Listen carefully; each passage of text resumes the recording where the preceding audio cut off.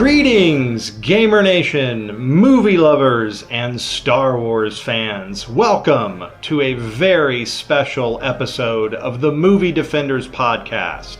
I am Scott, one of your two hosts. Donald will join us momentarily. There is a very special podcast you are about to hear. It is a roundtable discussion titled The State of Star Wars Fandom. So, let's talk about, real quickly, what this podcast episode is, what it's about, and why are we here? Well, we're here because there is apparently a divide among Star Wars fans about where it's going, what it's been doing, and how good those things have been, or how bad. It started, if we do a little bit of history here, if you go back to 2012 and the merger with Disney, who acquired Lucasfilm, for the most part, Star Wars fans were fairly elated. Hey, we get new Star Wars. That's where I was. I was shocked. I think we all were. Hey, we're going to get to take our kids to Star Wars movies again. That's something I never thought we could do. My oldest was 2 years old when Revenge of the Sith dropped, so we couldn't take him. So that was something that was amazing. But there was the Mickey Mouse memes that made their way all across the internet with various viral figure. Well, anyway, fast forward a little bit more. And Disney announced that all the EU, all the books, comics, and all that stuff that had come out since Revenge of the Sith and in between Last Jedi and all that stuff, they basically were saying, you guys know this doesn't count, right? Like, we can't make movies if all this stuff is real, because in the books, in the comics, I think Chewie was dead, I think Han was dead, and twins, and there's all kinds of chaos going on, and the Yuuzhan Vong have invaded. I mean, they couldn't pick and choose, so they just said, look, the movies and Clone Wars are canon, everything else we're going to call legends, and you guys can enjoy them all you like, but we just can't pretend they happened when we go to the movies. Well, for some reason, that seemed to piss off. I didn't hear a lot of people too pissed. Some were a little disappointed Heir to the Empire didn't happen, but I think most people understood. Well, let's go a little further. Force Awakens drops. It is the domestic box office champ. I still think it is, even with Infinity War knocking on its door. Regardless, it's obviously one of the biggest movies of all time in the history of the world. Most liked it, reviewed well by critics. Obviously, people went to the theater a dozen times apiece, but there was a bunch of people out there crapping on it a little bit, upset Reza Mary Sue, upset that it copies A New Hope, which we discussed, it didn't. But then, Solo movies announced, Rogue One comes out, makes over $1 billion. Everything seems to be looking good, but there is still this undercurrent of Star Wars fans mad about things and saying it sucks and it's not this, it's not that. Well, then The Last Jedi drops, and holy smokes. And you got to admit that while it is one of the highest rated and reviewed Star Wars films of all time, it is maybe the most divisive film of all time. Or maybe it's not. That's something we're going to discuss. Because a bunch of people took to the internet to go crazy on this film. They got upset. They got upset about what happened. They got upset about just everything that you could get upset about this movie. People got upset about. So, we get to Solo, and the box office isn't what they want. It's not an unmitigated disaster, but it's obviously performing lower than they hoped or thought. And we talked about that during our Solo show, about what those expectations really were. But regardless, other things have happened. Daisy Ridley has had to leave social media. The latest, Kelly Marie Tran, had to leave social media. She has not said, but it's pretty obvious. It's because of a lot of hateful comments thrown her way. Some got as personal as referring to her race, her gender. Some were just saying her character sucked, but obviously it was bombardment. And that was the event that kind of catalyzed Donald and I talking that we need to talk about this. We need to kick this around. So why do we need to kick this around? It's because everything we both see on the internet is one extreme or the other. the internet has been learned since the election, especially, into an outrage culture.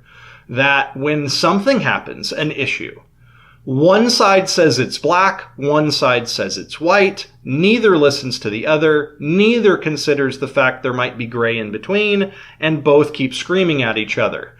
One says, Star Wars sucks because you made Luke a hermit and he sucks. The other starts screaming at you, well, you suck because you don't like Luke anymore and you were never really a fan, so you suck. And then the other side starts screaming back, yeah, you suck because Kathy Kennedy sucks. And then the other screams back, well, you think she sucks because she's a woman and you're a misogynist. And it goes on and on and on. And cutting through all this, Donald and I have not seen is a rational, sensible, intelligent discussion of the entire phenomenon of Star Wars fandom. The rift, the divisiveness, all of it. What are the reasons for it? Well, we know it's not one thing. I mean, regardless of which side of the fence that you're on, if you think it sucks because J.J. Abrams ruined it because of this, that one reason's not enough. If you think it sucks because of if your reason is it sucks because Rian Johnson ruined The Last Jedi and ruined Luke, and well, that's not, if you dig into why you really don't like it, that's not the only reason. If you say you don't like it because Kathy Kennedy's steering it in the wrong direction, you're just as wrong as the person that's saying the only reason you hate it is you hate women and she's a woman, so screw you. Everybody seems to think it's one thing. Well, if you get a flat tire on the road and you get to where you're going and you pull a nail out of your tire and someone says, hey, why'd you get a flat? Well, you could answer, well, I got a nail in my tire. That's why I got a flat.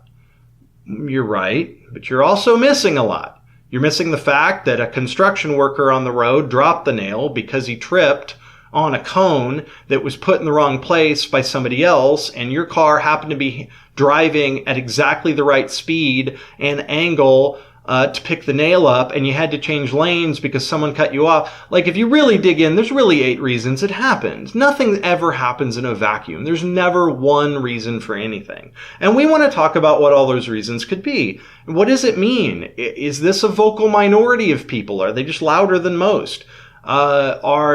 Is it because Disney? Is that the problem? Is it because Star Wars fans just are trying to hold on to nostalgia that they can't recreate their childhood?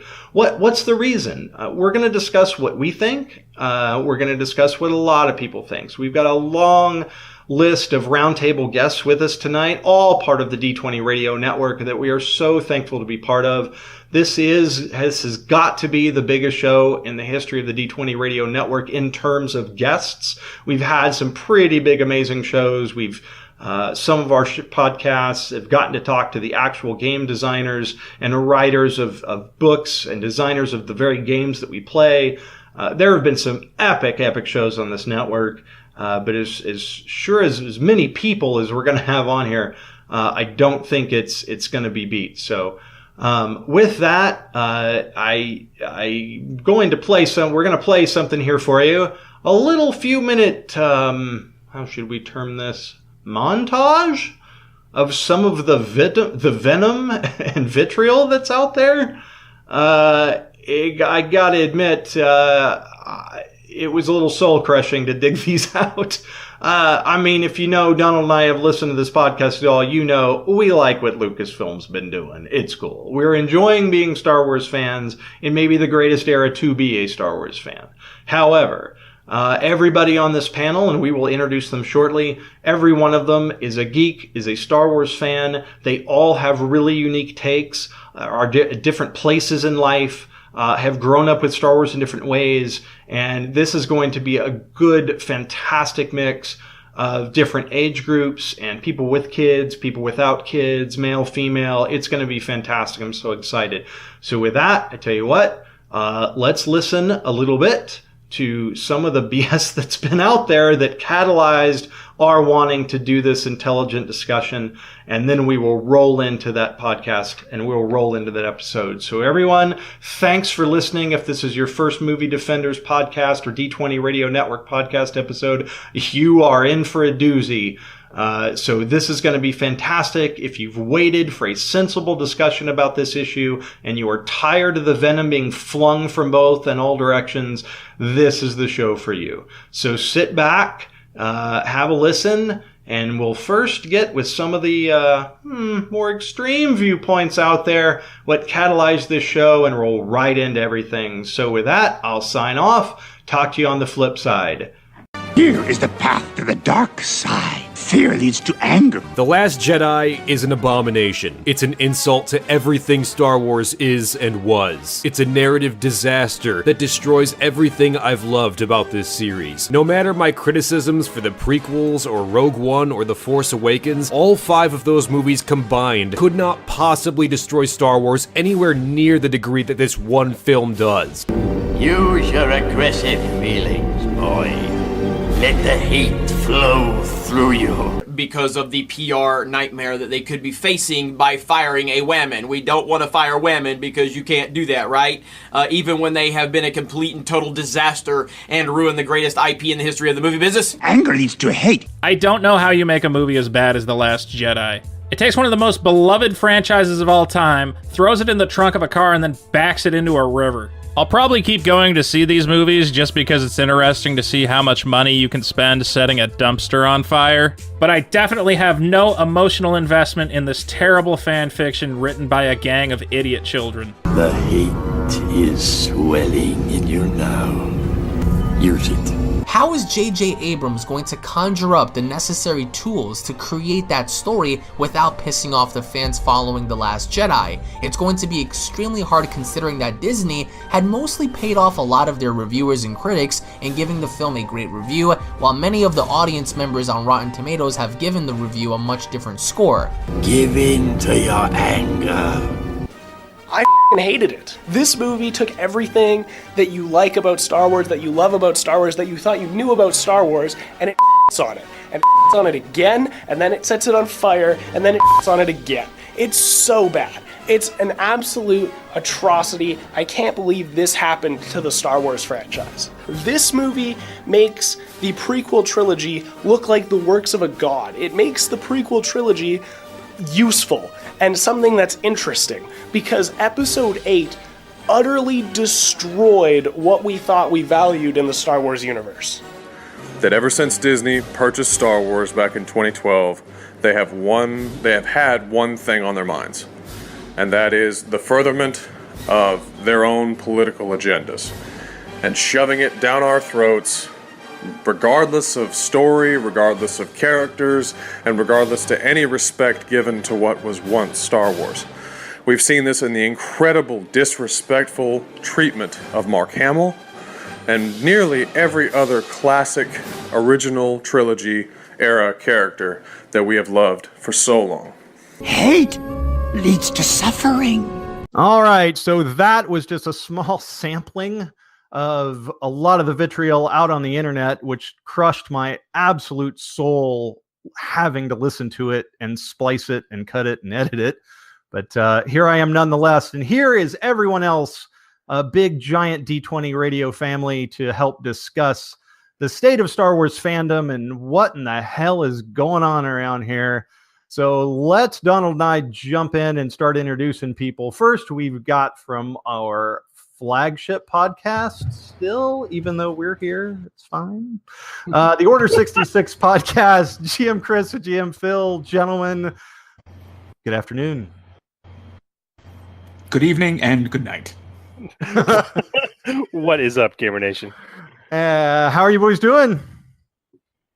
Baking. Yeah. Broiling.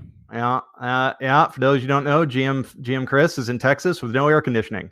So I'm sure he's lost 30 pounds of water weight in the last 12 hours, but I've put it back on with beer. So okay. Nice. Yeah. You want to make sure the scales are balanced. So Chris and Phil are two of the three co-hosts for the Order 66 podcast, which is one of the big podcasts here we have on our network. So guys, What do you guys generally podcast about? It has something to do with Star Wars, I think. I don't even know what we podcast about anymore, Phil. Do you know what we podcast about? It's vaguely something in the Star Wars realm. I mean, there's a game, there's some rules. We talk about it from time to time, but for the most part, it's just three of us just complaining. Phil and I represent the darkest underbelly of Star Wars fandom, which is tabletop role-playing games. Yes, the Order 66 podcast has been podcasting about Star Wars role-playing games for over 10 years. I know, that's insane. Kind of frightening. It is, and not only that, but I think the people that we're about to talk to today have taken your place as the darkest underbelly of Star Wars fandom. I don't think you're down there alone anymore. So take heart, I guess. God, I hope not. Yeah. My people? Yeah. All right. All right. Well, gentlemen, welcome. And also as a member of the D20 Radio Network, one of our newer podcasts, the Dicepool Podcast, GM Hooli is here. Hooli, I know it's several days and weeks into the future, and maybe the fandom's gotten better in the future. I don't know. You can let us know. But how are you this afternoon? I'm well, and they've all made friends, and everybody's happy again. Yeah, that is so not the truth. I was about to say, I can't wait for the future. No, I mean, you're not just a few hours in the future. You're in the dead of winter now, so that's got to be good. No, we're not. We're in the yes, we are. Crap, it is cold. No, I'm in the tropics, so like our winter goes for all of about 2 days. And yeah, that was last week. So I'm totally fine. It's all good. First world problems. And Hooli is one of the co-hosts of the Dicepool Podcast, which is another role-playing game-based podcast, is it not? It certainly is. With GM Huz, GM Flano, and GM Caitlin, we do a fortnightly podcast concerning the Genesis role-playing game, which is sort of the sister system or younger brother, I don't know, of Star Wars. So it uses the narrative dice system. So we banter on and talk about that. We also do a little bit of live play as well with a system that we design. So yeah, it's good fun. It is good fun, and it's an excellent show. And I listen every week. Every week one drops. It's fantastic. So cool. Good on you. All right. So another member of the D20 Radio family, but this time one of our staff writers, which I guess I can still claim to be, even though I haven't written in a little while. Chris Hunt is among us for the first time. Chris, welcome, sir. Hey, what's up? Glad to be here. Yeah, and Chris, so at d20radio.com, Chris is one of our, I think, do we have 5, 6, 7? We have several staff writers now at the moment. Like I said, I'm not sure. If we're counting you, right? If you're counting you, I believe we have 6 staff writers. But no offense to any of our amazing staff writers, I'll toot Chris Hunt's horn because he is by far one of the most prolific staff writers we have, and his work is flat out sexy. It is. That wasn't the word I was going for, but it is sexy. And Chris, you end up writing. You write about Star Wars and Star Wars content quite a bit. That's right. Yeah. So every Thursday I drop the Holonet Uplink, which is D20 Radio's own blog devoted to fan content. So you're talking threats, vehicles, bounty postings, rule supplements, that kind of stuff. And I'm churning through solo content right now. So if you're like boycotting a solo Star Wars story, like maybe check back in a couple months here because we got a lot of content to go.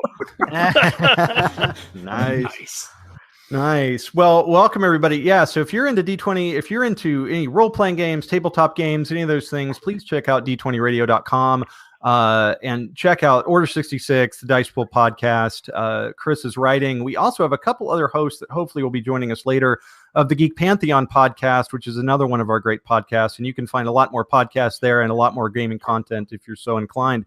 But to make sure that a big group of dirtbags weren't the only people on this show, movie aficionado, as he's now going to be called, Kevin Wolfe is joining us. Kevin, good evening, sir.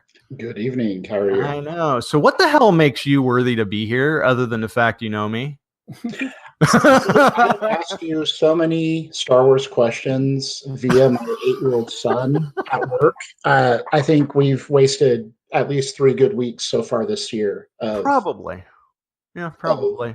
Getting paid. So well, the cool part is Kevin is the biggest movie nerd I know. The man's got how big's your server in your house? 10 terabytes, or what did you have?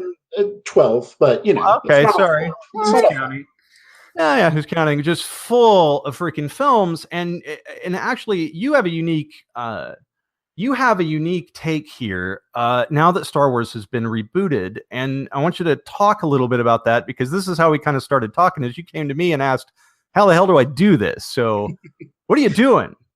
So obviously, I've enjoyed the films from before I was born. But now, when my son was about 6 over Christmas, my wife gave me the go ahead to start watching the Star Wars movies with my then 7-year-old son. And so we've gone through and watched the original trilogy, then episode 1, episode 2, then the Clone Wars, then episode 3. We just finished Rebels a couple weeks ago and watched Rogue One this week.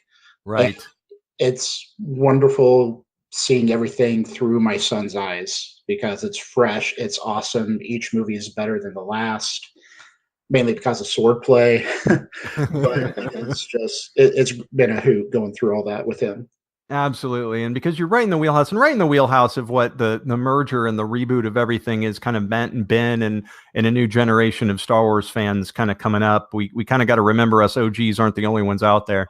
I really wanted to have your perspective, because you've literally gotten to watch the whole set of content from every era it's been out here in the last several months, and it's just awesome to hear that. So, well, welcome, gentlemen. So without further ado, we'll dive into our first question, and I'll just let one of you start taking it, and we'll go from there. And Donald and I have talked on these topics quite a bit, and if we have something to add in, we sure will. But this is definitely just to have a roundtable, larger discussion. So, Mr. Donald, what is our first topic today? Yeah, we're going to just start from the rip off the Band-Aid here. Absolutely. What do you guys feel is the root cause of this divide in the Star Wars fan community? Is there a root cause? Is there a single cause? What's going on here? Misogyny and entitlement? If you think that's the root cause, get into it, man. All right. Well, let's start with the second one, entitlement. I think the most prolific thing that I'm hearing from a lot of folks that I see online and all these rage things is a certain entitlement to Star Wars as it existed before 2014, 2015, whenever the sale actually happened. It all started back in 92, 93 with the release of Heir to the Empire, the Timothy Zahn trilogy for the Thrawn books. And since then, we have been slowly growing this wonderful expanded universe of titles and characters and stories. And people got really interested in that. People got really involved, like deeply involved in those characters and the stories that came out from therein. When we got Star Wars back on the big screen in 99, it was still being done by George Lucas, so it still kind of felt like all the stories were still valid. And, we had, 15 years of more stories and books building off of that. And then George sells Lucasfilm, and Disney looks at what they've got and says, there's too much chaff here. There's too much fat. We need to trim it. We can't work with this. Right. Or presumably. And they do what honestly makes sense. 25 years of scores, if not hundreds of people putting stuff in the Star Wars universe, a lot of it not really usable when you break down to it. So they start cutting it out. And when you start eliminating things that people have grown to love, you're going to alienate, you're going to piss people off. So I think that's the first part of the root cause, is that Disney's doing what, honestly, this is a different topic altogether, but sure, they're doing what I think that DC and Marvel needs to do overall.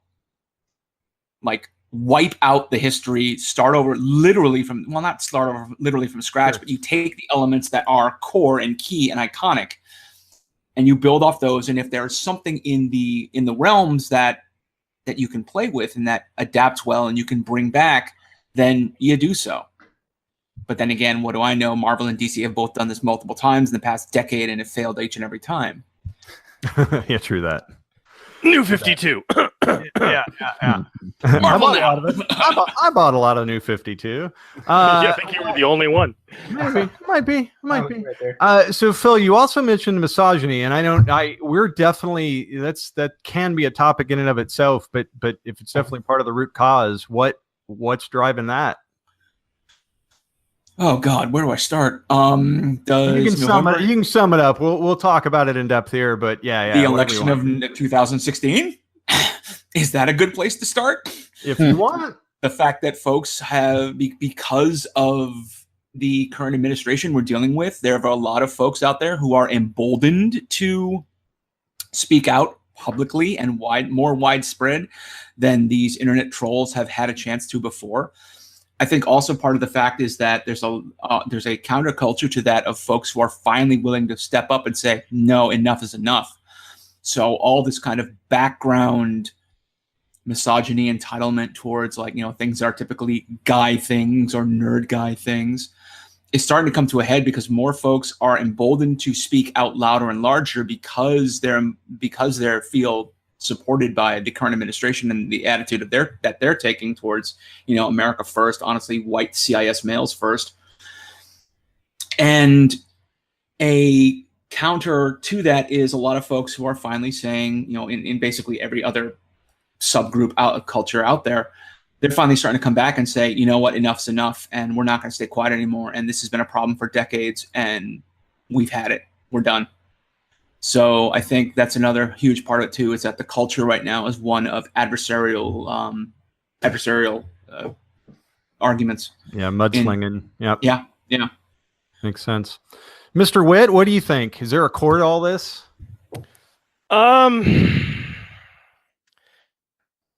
Okay, I'll give you the short answer and the long answer. The short answer is humans are shit. Thomas Hobbes, baby. Yeah, thank you. Life is nasty, brutish, and short. Okay, so here's the deal. I'm going to echo some of what Phil said, but here's the sum of it. Okay, a minority with loud voices is getting play. They're getting play because it's sensationalist and it gets people to click on things. And in our modern media after the media state, and I'm talking about social media here, Facebook, YouTube, everything else, it's all ad driven. Therefore, you want people to watch your content. Therefore, getting them to watch it means getting them to click on it, which means they're going to click on the most sensationalist thing possible. This extends far beyond Star Wars. It's an ultimate problem with society. I don't believe, to Phil your point, counterpoint, I don't believe the current administration is actually the problem. I think they're a symptom. I think the problem is that we as a society have started to normalize unacceptable bad behavior. And without getting into a deep philosophical discussion of why, I think it has a lot to do with the fact that we have not yet learned culturally how to behave around the technology and informational infrastructure that we now have available to us in terms of instant global communication with everyone all the time. It certainly is a weird time in human, evolution and culture. There's never been a way to communicate like this so instantly worldwide, within seconds with anybody you want. And And not just with anybody you want, but with everybody. And everybody. You can find the good thing is you can find your niche if you're living in a small town in Australia somewhere or wherever. But you feel a certain way that makes you an outcast there. There's literally thousands of people probably around the world that you actually do belong with, and you can use the internet to find that, right? So. There's of all the podcasts I listen to, there's one I highly recommend that you listen to. I'm actually not so much a fan of him politically. He does a political show that I like. I don't agree with the thing you say, but he does another show I'm absolutely in love with. A gentleman by the name of Dan Carlin does a show called Hardcore History. He releases an episode once every 6 months, and these episodes are 6 hours long. Okay. and it's like he spent 2 years going and 5 episodes going over like the rise and fall of Genghis Khan. I mean, crap like that. It's a brilliant, wonderful lecture series. It's absolutely incredible. Anyway, he had a historian on once who said something that resonated with me so strongly. He said that we know from not only archaeological evidence and sociological evidence, but also from active sociology work dealing with quote unquote primitive peoples, people that are, the handful that are left out there. Okay. We know that hunter-gatherer societies had a certain way of doing things. When a decision needed to be made, the entire small group of people would get together around a campfire and they would talk, and everyone would have their say and everyone's voice would be heard. And ultimately, a decision would be made by the leadership, but nobody felt upset about this and nobody railed against it because everyone heard what everyone else had to say. Everyone's voice was heard. Well, 20,000 years ago, when we started living in societies, okay, and large cities, we couldn't do this anymore. So we, as humans, invented bureaucracy. We invented leadership. We invented decentralized power. We communicate our thoughts to a representative who communicates them to representatives to have our voices heard in the governing body. And that's worked for all of modern human history. And in the past 15 years, thanks to technology, 6 billion people actually have a way to sit around a campfire together for the first time. And that is socially and culturally jarring in a way that humans, in my opinion, are not prepared to deal with yet. But we're getting really ontological. Let's get fun. I'll finish by saying this. I agree with a lot of what Phil said. I think there's a crap ton of entitlement around what my Star Wars is and your Star Wars is. George Lucas, I will love forever because he invented Star Wars, and Star Wars is the thing I love most. Okay, of all the things outside of my family, they are the things I love them. That's the thing I love the most. So he will always get a pass for me. Here's the bottom line: George Lucas did Episode 4 on his own, and it was fantastic. Anyone who understands the history of Star Wars and film knows that George Lucas barely put a finger. He had one finger on The Empire Strikes Back. Okay, because he was going through a divorce and it was really nasty, and that was Irving Kershner's baby. Okay, so I don't even consider that his film. Now Richard Marquand obviously directed Return of the Jedi, but even then, Lucas had a little bit stronger control on that. You look at Episode 1, Episode 2, Episode 3. Yikes! Okay, in comparison, and pretty much everything George Lucas has done. I mean, I'm not a fan of THX. I mean, American Graffiti was fun, I guess. But I mean, even a stop clock tells the right time twice a day. and when I look at the prequels, and then I look now, I don't know if you guys have seen, George Lucas has revealed what his treatments were for the sequels. Okay, how they were going to like go into the microscopic world and deal with midichlorians and shit. I don't know. I'm very glad that Disney got the license. Right. Yeah. No, fair. Did you like the Clone Wars? That was his. And I mean, he slowly handed it off to Dave Filoni as years went on, but a lot of that was his. Maul coming back was his. He at least stayed quite a bit involved in all the stuff. Did you dig on those? The first season was rough, but after that, yeah, it got really good. Yeah. Cool. Well, Mr. Hunt, what about any of that, or do you have your own take on what the root cause of this kind of mess is? Well, I mean, I think it'd be hard for me to venture the true root cause, but I'll build off of a point that was raised here about that campfire of 6 billion people. One other issue that you see throughout all of social media and the political polarization we see, not just in your guys' place, but the entire Western world, is the building of echo chambers on social media. So it's not true to say, in my opinion, that it's not a true campfire of 6 billion people, because you look through your feed, and for me, as much as I try to follow people who are critical, say let's use Star Wars as the safe example here, the algorithms kick in and I see stuff that I agree with, right? And there's fun tools you can test your Facebook feed, your Twitter feed to see how much of an echo chamber you're in. So that just reinforces and further entrenches and polarizes it to the point where in often cases, if you're a moderate or critical in some way, you're kind of stovepiped into either being a SJW or misogynist when, perhaps you are more towards the middle. So I think that's a factor that we're seeing throughout society, and of course it'll be expressed in fandom as well. No, that makes sense. What a moderate and reasonable viewpoint. You must be Canadian. Oh, I'm sorry about that. Well, luckily, one of the big things we were hoping when this thing drops is I hope this is one of the few logic, reasoned, thought out discussions on this topic, because everyone just seems to be throwing rocks. So hopefully we get more of his Canadian rubbing off on us, and not in a dirty way. Mr. Hooley, yes, you have the floor. Is there any main reason for any of this you're seeing? Did they already hit on it? I agree with a lot of what Chris have said. There's three things that sort of resonate for me across the board, and that's the 80-20 rule. If people aren't familiar with 80-20, basically, if you've got a problem, chances are that 20% of the problem is going to be caused by your fan base, your followers, whoever it is that you're in business with.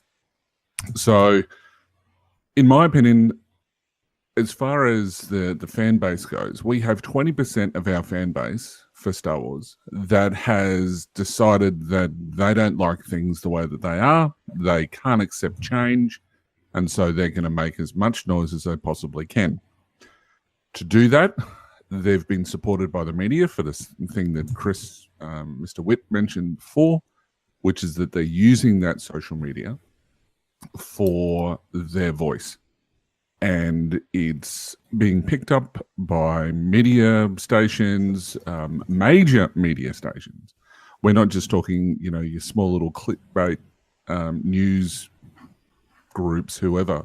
It is major, network television from our perspective here in Australia that are buying into the hype and saying that all Star Wars fans are not happy with what's going on.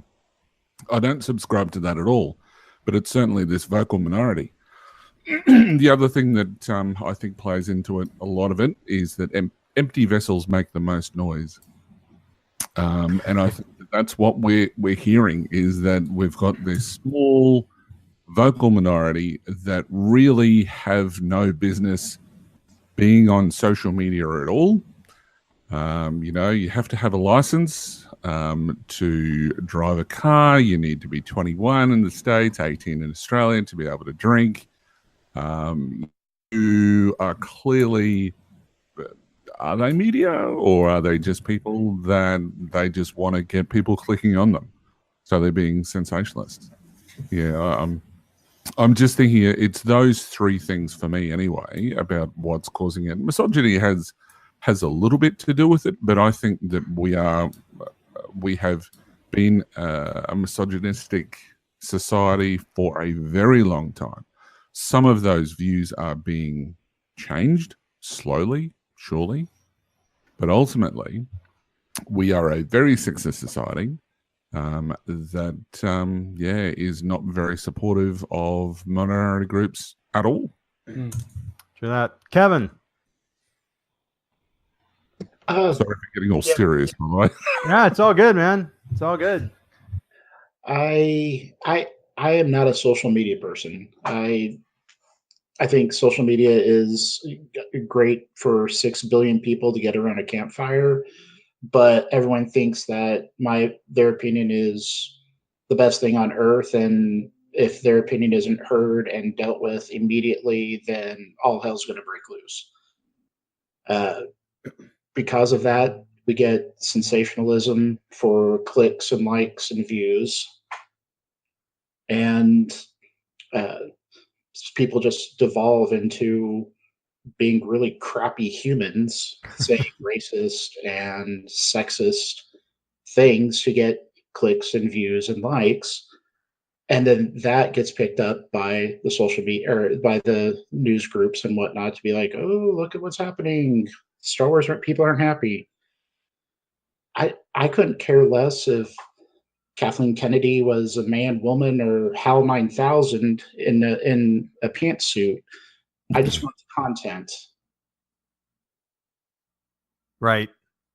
No, it makes sense. How about this? For full disclosure, I think I'm right when I say this. I think everybody on this show right now is overall happy with what Lucasfilm's been doing since 2012. We have our favorite moments and our favorite movies and favorite content that's been released since, but for the most part, am I correct? Unless if I'm not, speak up. But I think we're all pretty happy with how things have been heading, correct? Pretty much, yeah. Yeah, that's right. Yep. Yeah, I thought so. So before, I just want to do that before I give mine real quick. I would agree with. I think Phil hit like kind of the root cause when he kind of hit entitlement. I think for decades, nostalgia was the Star Wars fuel. I mean, hell, we all stood in line for episodes 1, 2, and 3, even if we walked out and went, it wasn't what I remembered. That wasn't what I thought. I don't feel the same. I don't like this as much. And we were going because we hadn't had it. And even in between those movies, there was 3 years, even between those. Well, now what's happened, I think, is twofold. One, we're getting Star Wars every 6 to 12 months. And nostalgia can't be its fuel anymore. Now you actually have to like the content. Like, you can't just get away and go, I'm a Star Wars fan. I played with action figures when I was a kid and I loved this, so I'm going. You actually have to like what it is. And if you don't, I think what's happened is a lot of people can't put their finger on why they don't like it. Because a lot of the people that say they hate it, even when they get to the content, they just say it sucks. But you get into it and you dig and you ask them why, they kind of can't tell you. And so they can't articulate it. And I think what they're feeling is, well, I'm not 8 anymore. And it doesn't look like Empire Strikes Back, so this must suck. So it must be the movie's fault, and it must be the people in charge of the movie's fault. And look, I'm seeing, and I think that then devolves into everything else we've been talking about. But I think the fact that nostalgia is no longer the fuel, you actually have to like the content. I actually think, and I've gotten in trouble for saying this, but I believe it. I think there are a lot of these people who say they are Star Wars fans, and they want to be, and they wish they were, and they call themselves one, and they're not.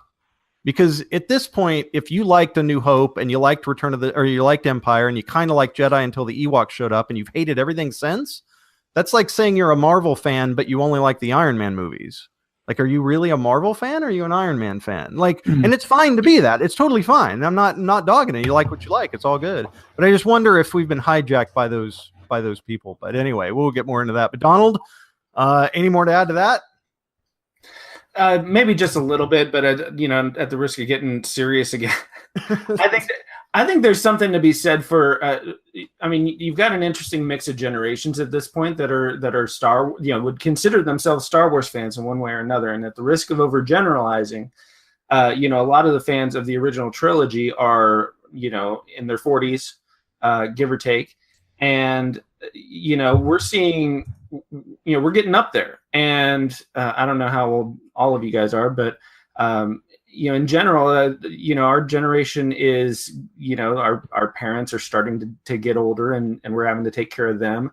We're faced with their deaths, whether they've already happened or we know that that's going to come. Not to get too morbid, but these are facts of life that we've been. A lot of us have been able to avoid for a long time, and now we're staring them straight in the face. And when we're turning to our diversions and the things that have scratched that nostalgic itch and whatever else have made us happy, we don't want proof of our own mortality. And I think that's what these sequel trilogies are really showing us. We don't want to hear that Carrie Fisher has passed away. We don't want to hear that Lucas is retiring and selling off the thing, because that means, oh shit, well, we know he's going to die soon, one way or another. It's soon being in the next first 20 years or so, right? But so I think there's a very visceral reaction to that we don't like. And some of us are able to overcome that, and some of us are not, and we're fighting tooth and nail against it. That makes sense. So the next question, anybody can take this, but I'm kind of interested. Hang on. Yeah, go. Yeah, go. Before you go on, I think I had a question for you about what you just said. I think, Hooli, you had one too. Look, I don't really have a question, but I do have a comment. I know that everybody said, yeah, look, they like a lot of the Star Wars stuff that has come out. I'm not necessarily one of them. I don't like all of it, and that includes all of the some of the stories in the comics, some of the stories in the novels. As we sort of build with the amount of media that is coming out, whether it be all of those things, including the TV series, there are things that I didn't like. Does that mean that I don't like Star Wars? Hell no. But in the same sort of vein is that I'm a massive Marvel MCU fan mostly, but I couldn't stand some of those films. Does that mean that I'm not a Marvel fan? No. But people just seem to be in this mindset that if there's one little thing that they don't like, that they go off their tree about it. I know that I've had conversations with GM Huz on the Dicepool about this topic, and he's had stand-up arguments with people who have just said that they aren't fans of Star Wars. You know, that it's the whole thing's being ruined by Disney, blah blah blah. And it's a case of, right, so because you don't like one film, that means that the rest of it's tainted. And it's like they've gone, well, yes, it is. You know, I'm just going to completely boycott it. So do you do that with every franchise? And he was, absolutely not. No, it's just Star Wars. And it's like, well, so if you absolutely, was the Alien versus Predator film really good? No. Well, so does that mean that you don't like the whole of the Predator or the whole of the Alien franchise? Well, yeah. So as soon as it becomes, I think it's because Star Wars, everybody is so passionate about it, and it's such a massive phenomenon. The people, for whatever reason, they've got it in their head that as soon as you start messing with their own headcanon, that things just start to devolve. No, you're right. I got a friend of mine, and Donald and I have read some of his letters on our show, and he thinks that Rey's too much of a Mary Sue, and because of that, The Last Jedi sucked. The entire thing, all of it. And then he would rail on about a lot of things he liked, but then, nope, it's horrible. It's an abomination. I'm never watching this movie again. It sucks because Rey can do too much too soon. And I've had long conversations trying to pull him from that edge, but I just haven't been able to. Chris, what was your... Yeah. Sorry. So, I mean, it's like, right, you go to a restaurant and you have a piece of steak that you don't like. Does that mean you'll never eat meat again? Right. Of course not. You know, there's some level of non-logic to this whole debate. And as a Star Wars fan, I just don't get it. And I think that's probably why we're all here today. So it is. Very good. Chris, what'd you have, man? Well, based on what you said, you made a very pithy comment that I'd like to ask all of you about. I mean, I want to get your opinion, Don's, Ian's, Phil's, Kevin's, Chris's. And this is almost blasphemous for me to say, but I'm going to say it. Look, when you have a deluge of content that is this loved because it is so iconic for so many people, that content, as you kind of alluded to, has to be almost perfect to live up to expectations. But if the prequels taught us anything, where we didn't start to see prequel hate until well after the prequels were released, that basically scarcity of the content sort of buffers it a little bit in terms of having to be perfect. So my question to all of you is, are they releasing too much content, and would you like to see the films scaled back in terms of the sheer speed at which they're releasing them? Well, I will say this, and I'll clarify my statement. We've talked to several people, and I have in my life, and you know them too. They think there hasn't been a good Star Wars movie made since 1980. And my point just is, if you like half and you don't like half or whatever, it's fine. But I've seen people, like I had to pour through it on YouTube. They said, New Hope's great. Empire Strikes Back perfect. Everything else sucks. The Clone Wars sucks. Rebel sucks. All this, and I'm like, what? I don't see the fandom here. Really, I think you like a couple of movies. I think you want to like them, but I don't think you do it. Are they releasing too much too soon? I'm gonna say that you're talking to someone that's liked what they're doing, and I understand I'm gonna like some more than others. I know. I asked this knowing who I'm talking to for all of you, but I'm but I didn't like Thor Ragnarok very much. I thought it was funny. I had fun, but I thought it took it too far. I thought the humor was a little off-putting at times. I thought there were just really serious, awesome scenes, and then they get the rug pulled out in a little bit. And I like the movie, but I haven't picked it up since. Right? I don't know if I'm gonna walk over and pick up Ant-Man first. I don't know if I'm gonna pick up Iron Man 2 first. Like, I get it. But I love all the Marvel stuff. I'm like Ian said, I don't like some of them, but that doesn't mean I don't want them. I'll go every freaking time. So as far as I'm concerned, if every 6 months we've got a standalone and then a new saga coming and another like whatever, dude, give me the content. I'm in. Donald has said it 800 times. You had me at Star Wars. Yeah. So I'm in, and I'm selfish that way. And I've got kids, and I have a question that we'll get to later, but I have kids and I take my family and I take 30 of my friends, and it's an event for me. And I know I'm going to walk out of some happier than others, but I'm in the bag. So I want to chime in with that. Halloween came out in 1978, 1 year after Episode 4. We have yet another Halloween movie coming out this year, 40 years later. Nobody is saying that John Carpenter raped my childhood. Well, they haven't seen it yet, right? I mean, he's only executive. Stand by.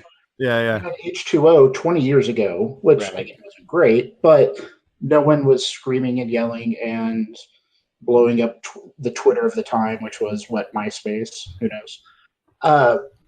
We waited 14, 15 years for another Incredibles. Love the first one, love the second one, but again, I love Star Wars. I haven't read all the books. I've seen all the movies and now all the shows, but I still don't get growing up with that. I'm 38. Just give me the stuff. I love it. Mm-hmm. Even if it's not my favorite, I still love it. Right. Yeah. I feel like I'll self-regulate, right?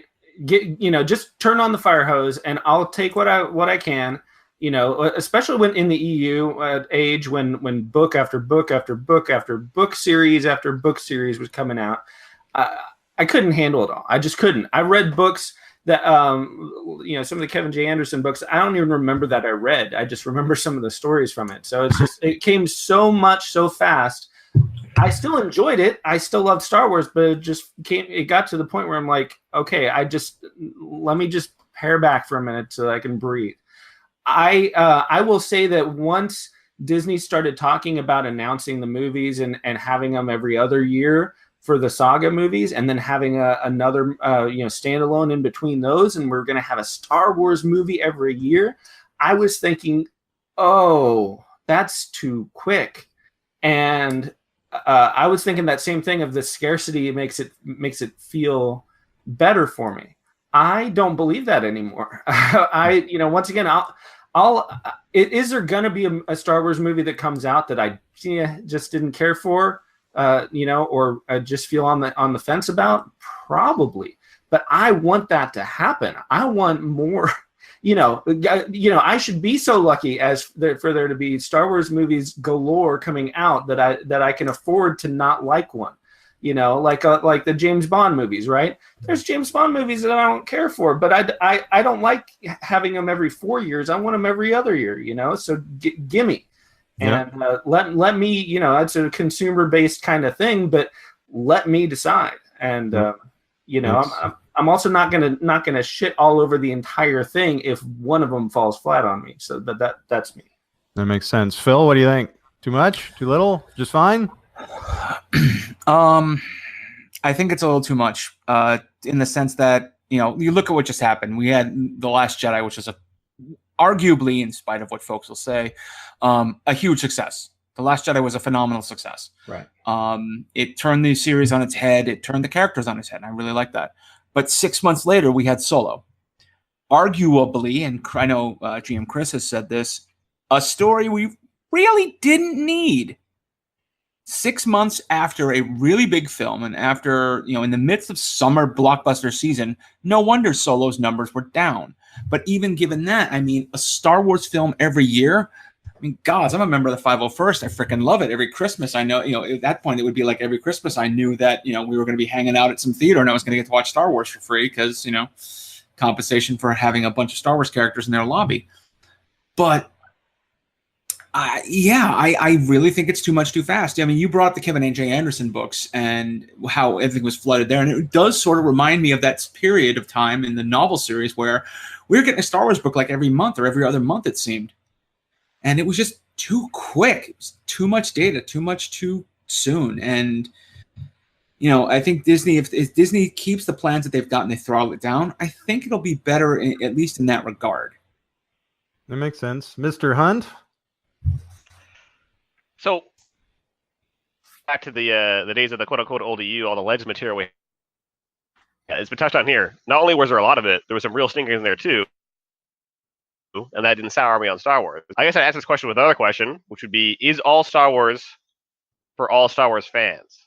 Or is it a case of, you put stuff out there, you pick and choose what kind of content you like, and what kind of content you'll skip? Do all Star Wars movies have to be blockbusters, right? If the answer is yes, always going to be for everybody, you got to pack the seats, then it probably is too much too soon. But if there's going to be some more risks taken on some movies, they're not going to be as too big to fail, so to speak, with Solo, quote unquote, not performing well. If you expect every Star Wars movie to be a complete blowout blockbuster every time, yes. But if the tent of Star Wars is going to expand to the point where you take what you want, skip what you don't, then I think you can keep it up. That makes sense. Ian? The thing that I don't think that we've got too much Star Wars at all. I mean, I always look at, because they're using the same sort of model, or at least they intend to at some point, is that Disney is trying to replicate what they did with Marvel. When we had Iron Man, I mean, obviously Iron Man came out, then a couple of years later, Iron Man 2 came out, and they went through that process of gradually sort of increasing the number of films, and now we get 2 to 3 big blockbuster Marvel films, and we don't bat an eyelid at all. And I think that eventually we will get to that stage with Star Wars, but I think that maybe Disney may be just a little bit too eager to be doing that. But having said that, I mean, Marvel there is oodles of Marvel content. When you start looking at Agents of S.H.I.E.L.D., when you start looking at all of the Netflix series, when you start looking at Runaways and Cloak and Dagger, there is a lot out there. And they've saturated the market with it.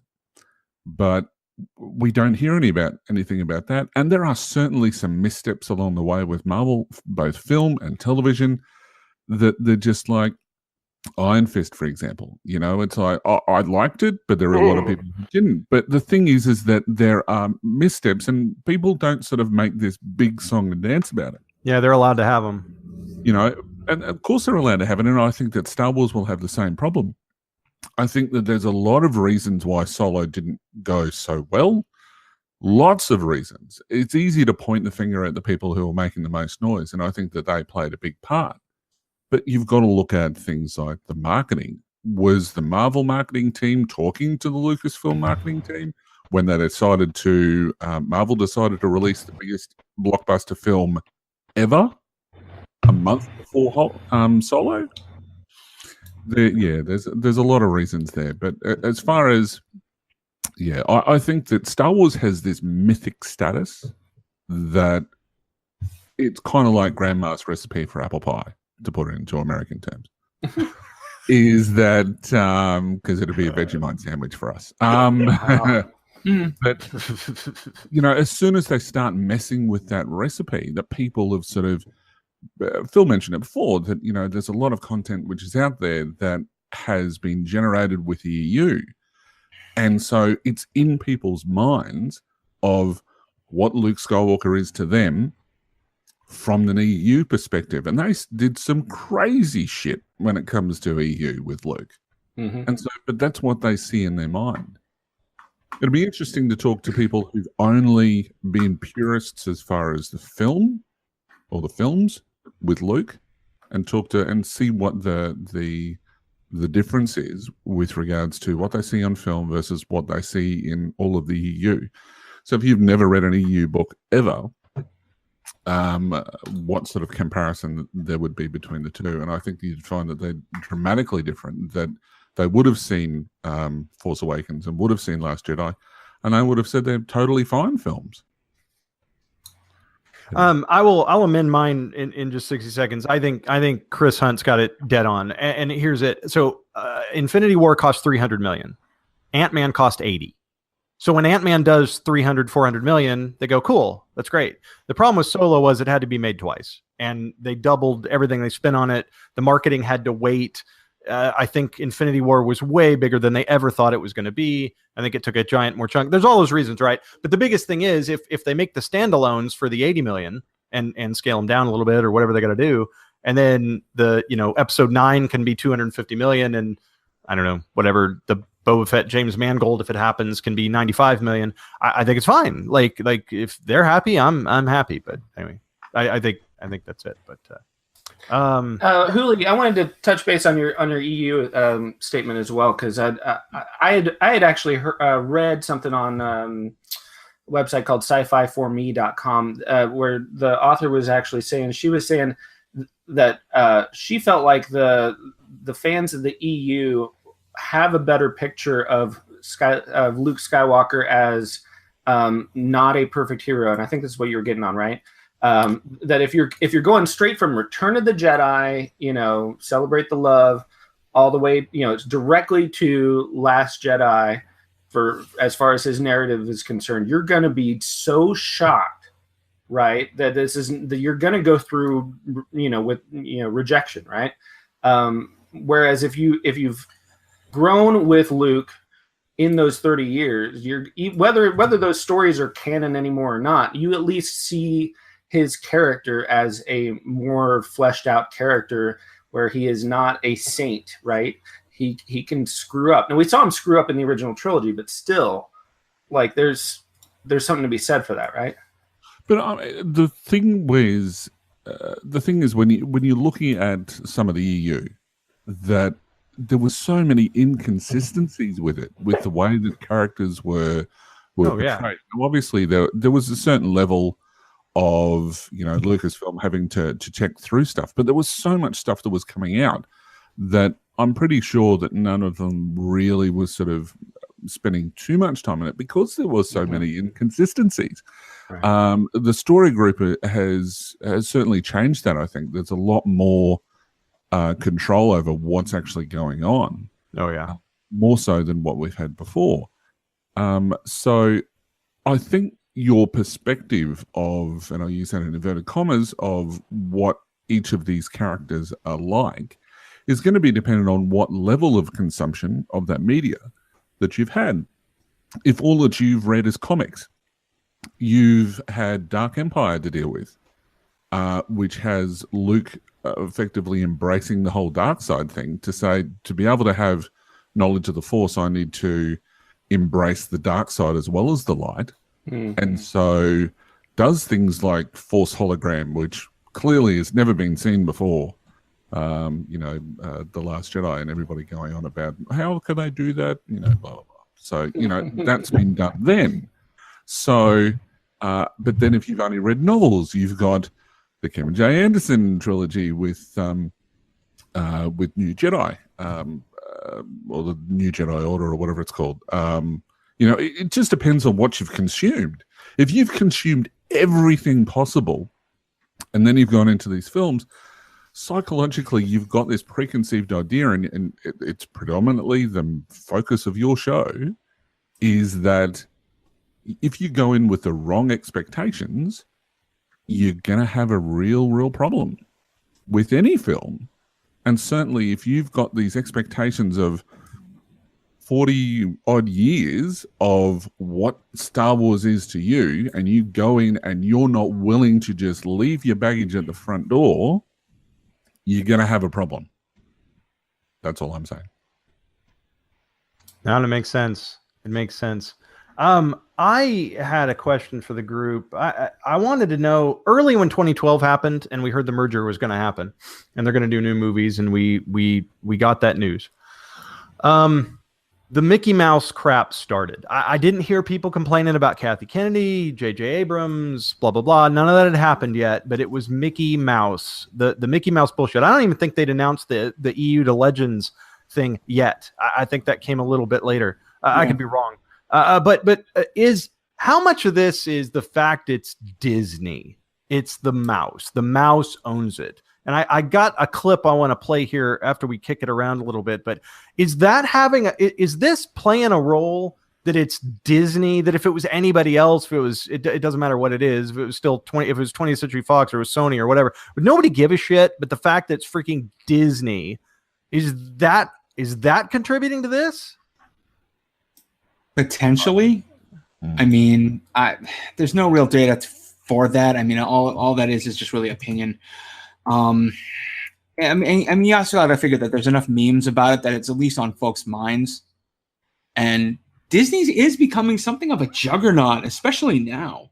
Oh, shit. I mean, it looks like they're getting 20th Century Fox. It looks like they've got Marvel. They've got Lucasfilm. They've absorbed Pixar. They're the number one entertainment company in the world right now.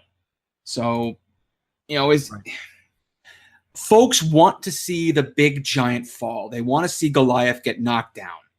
So there's going to be a lot of Disney hate just for that alone. But then you consider what they're doing with Marvel. Mm-hmm. It's more that Marvel is doing their thing, and Disney is the distributor. But folks love Marvel. Yes, yeah. Right, It has as huge a following through the comics or the Marvel comics as Star Wars has through, I would say, the books. Well, right, but look at it this way. Maybe I'm just didn't see it, but I really don't see this kind of like vitriol for any of the Marvel films as I do for the Star Wars stuff. That's my point. It feels like Disney has Disney content, but now that they've absorbed Lucas and Marvel and coming up with Fox, there's like the Disney content and then the Disney distributed content, where they're the backers and the distributors and the advertisers, but hey, it's not. We're kind of hands off with it. So that's kind of my question. So I want to play something really quick for everybody. So the reason is when we dove into this, and I've heard it, there's a huge narrative out there. Disney's pushing political agendas. Disney's doing this. Disney's meddling. Bob Iger's meddling. Everybody thinks that Disney's meddling in Lucasfilm. And I don't know where this comes from. I've heard two things. One I'll play for everybody, and I just want everybody's opinion.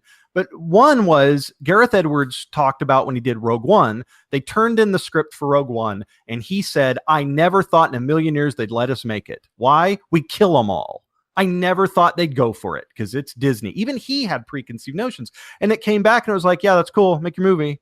And he went, holy crap, they're not going to meddle here. Well, a couple of weeks ago, Kevin Smith on one of his shows was interviewing the Infinity War writers, and he asked them, so what's it like being under Disney? And I just want to play this. It's about 60 seconds, but then I want everybody's take on it because this is a huge, huge narrative. But he asked them because they were present working on Captain America when Paramount still owned them, and they were there for the actual switchover, and then they've been with Disney ever since. So for about 60 seconds here, let me just play this real quick. Of this relationship, I'm way invested now. Unemployable. Out of under you guys. That's right. Let me ask you this: you worked under two different divisions of Marvel. When you guys started, it was Disney, correct? With Captain America. We started. It was Paramount. Well, Paramount, it was its own thing at Paramount. Yeah. And then went over to Disney. That's right. Marvel's always been its own production company, and Paramount put it out, and then Disney puts it out. Is there any difference between Paramount and Disney?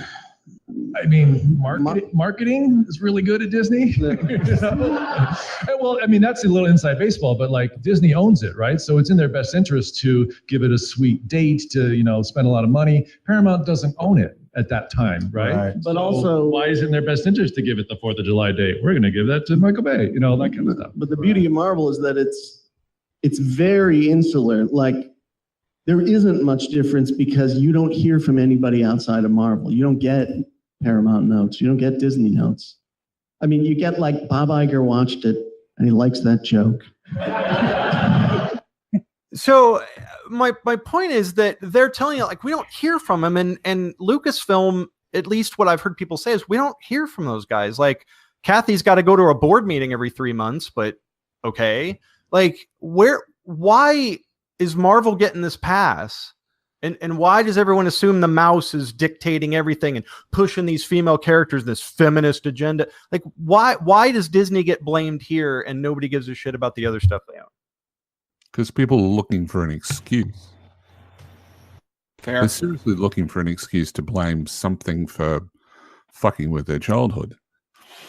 As far as, and I've been saying this for a long time, that Disney is it likes creative talent. It always has. It's always looked for new things to be involved in because it is a marketing machine. Other than a board meeting every so often for Kathleen Kennedy, I don't think that they have a lot of input as to what's going on. They're a distributor. They're not necessarily a creator. And they've left that with Marvel and they've left that with Lucasfilm. But with Marvel, they're doing a good job. I think they're doing a good job with Star Wars, but there are some people that don't think that, and they've just gone, well, we're going to blame Disney. So I just think for them, in their mind, it's a scapegoat. Makes sense. Anybody else? Well, if you look, and I kind of just lied out for a second here, so I didn't miss this, but if you look at something like the Battlefront 2 debacle in the gaming community, Disney only comes up when you need to reach either for a higher authority, say, oh, Disney, please, deal with this issue, and Bob Iger phones the CEO there at EA, or whoever it was in the chain of command up there, or to say, oh, they're screwing us, this is a Disney cash grab. I don't think this is people don't reach for Disney as the cause. They reach for it as a weapon system or as a supporting argument, because exactly that, they have their hands off most of the time. No, it makes sense. No, we've had yeah, go ahead. I think Disney's. I think the idea that Disney's ruining something is laughable. Okay, we danced around this before, and Ian, to your earlier point about the Star Wars story group. Okay, let's talk about the difference for a moment between the MCU and Star Wars post 2014. Okay, the MCU. Let's talk about a couple core differences. All right, now listen, I know who I'm talking to, and guys, please don't stone me. But the bottom line is, Marvel took a bunch of, let's be honest, B-list characters. Yeah, they did. Okay. I mean, because I'm sorry, they're golden. I mean, X-Men, Fantastic Four, Spider-Man, they didn't own them. They didn't own them. Okay. They took a bunch of B-list characters that no one had any investment in. They had no preconceived investment at all. And furthermore, Kevin Feige had a firm hand on everything. Different films, different directors. Some of them were good, some of them were bad. But even those that were like, okay, that's not a great film, we don't stone the entire series because one, we didn't have the initial investment, and two, the entire saga of the MCU has had this continuous hand. It feels like it's part of a continuous universe. What I have seen from, despite their claims, I understand there's a Star Wars story group.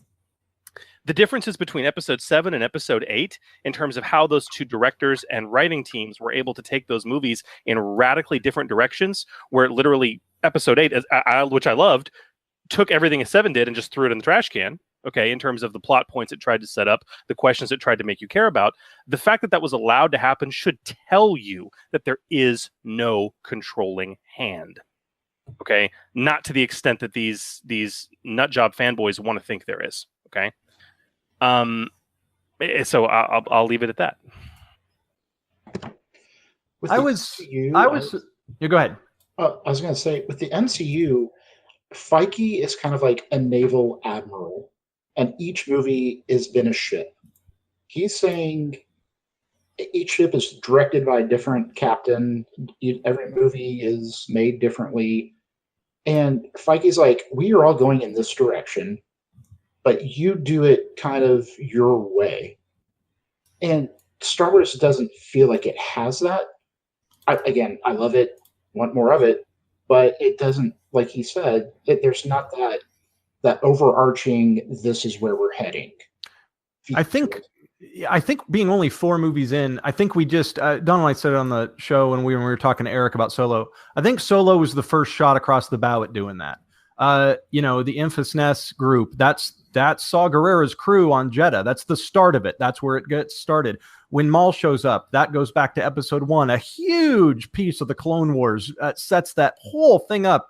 We even played clips from the Clone Wars that sets up his involvement. It was the first time I actually watched, and it was scattered, but I watched and I went, you know what? They're kind of connecting a lot of pieces here. And we talked about it was interesting because you can confuse fans who I heard fans walk out and go, I thought Maul was dead. If you don't watch, you don't know. So I thought it was interesting that they were starting to do it. It'll be interesting to see where they go for sure. I mean, in The Last Jedi, Luke talks about Darth Sidious. He doesn't talk about the Emperor. He talks about Darth Sidious. And you've got the. I mean, it's thin, but the connections are there. I mean, it's 70 years difference or something like that. No, but Chris is right. You can tell that there were two completely separate directions for sure. What it kind of broke my heart because I felt like as JJ was starting it up, he was going to have that, right? And that we had the story group and everything was good, and we had this overarching story. And then I found out that JJ didn't know who Rey's parents were. He was just setting it up. He was just teeing it up for the next guy. As a TV show showrunner, that's when you're writing a pilot, you open up questions, you open up story space for it to be answered down the road, right? So he's just doing that. And now it's going to be interesting to see what he does in 9. But the other thing is Lucas didn't have a firm grasp on what was going on in 5 and 6 when he made 4. He didn't have an idea that Vader was Luke's dad. He definitely didn't have an idea that Luke and Leia were twin siblings early on, not even as late as There Is Another in episode 5. So that made me feel better realizing that. And I was sad that there wasn't an overarching theme and direction to the sequel trilogy, but knowing that there wasn't in the original either definitely eased my mind. I know it's gonna scare other people, but it's always been there.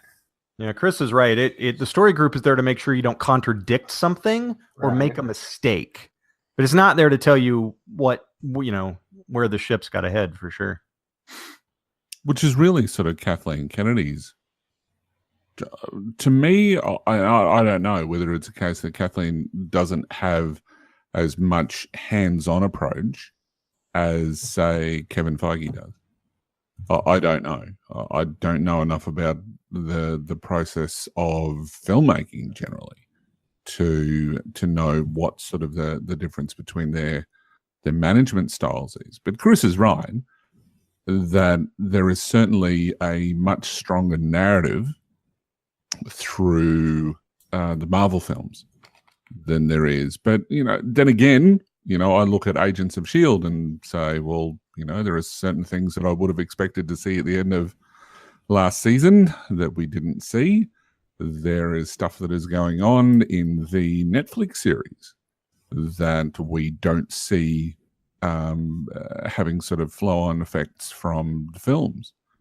With Luke Cage, I don't think I'm going to spoil anything, but I don't see any sort of people disappearing suddenly.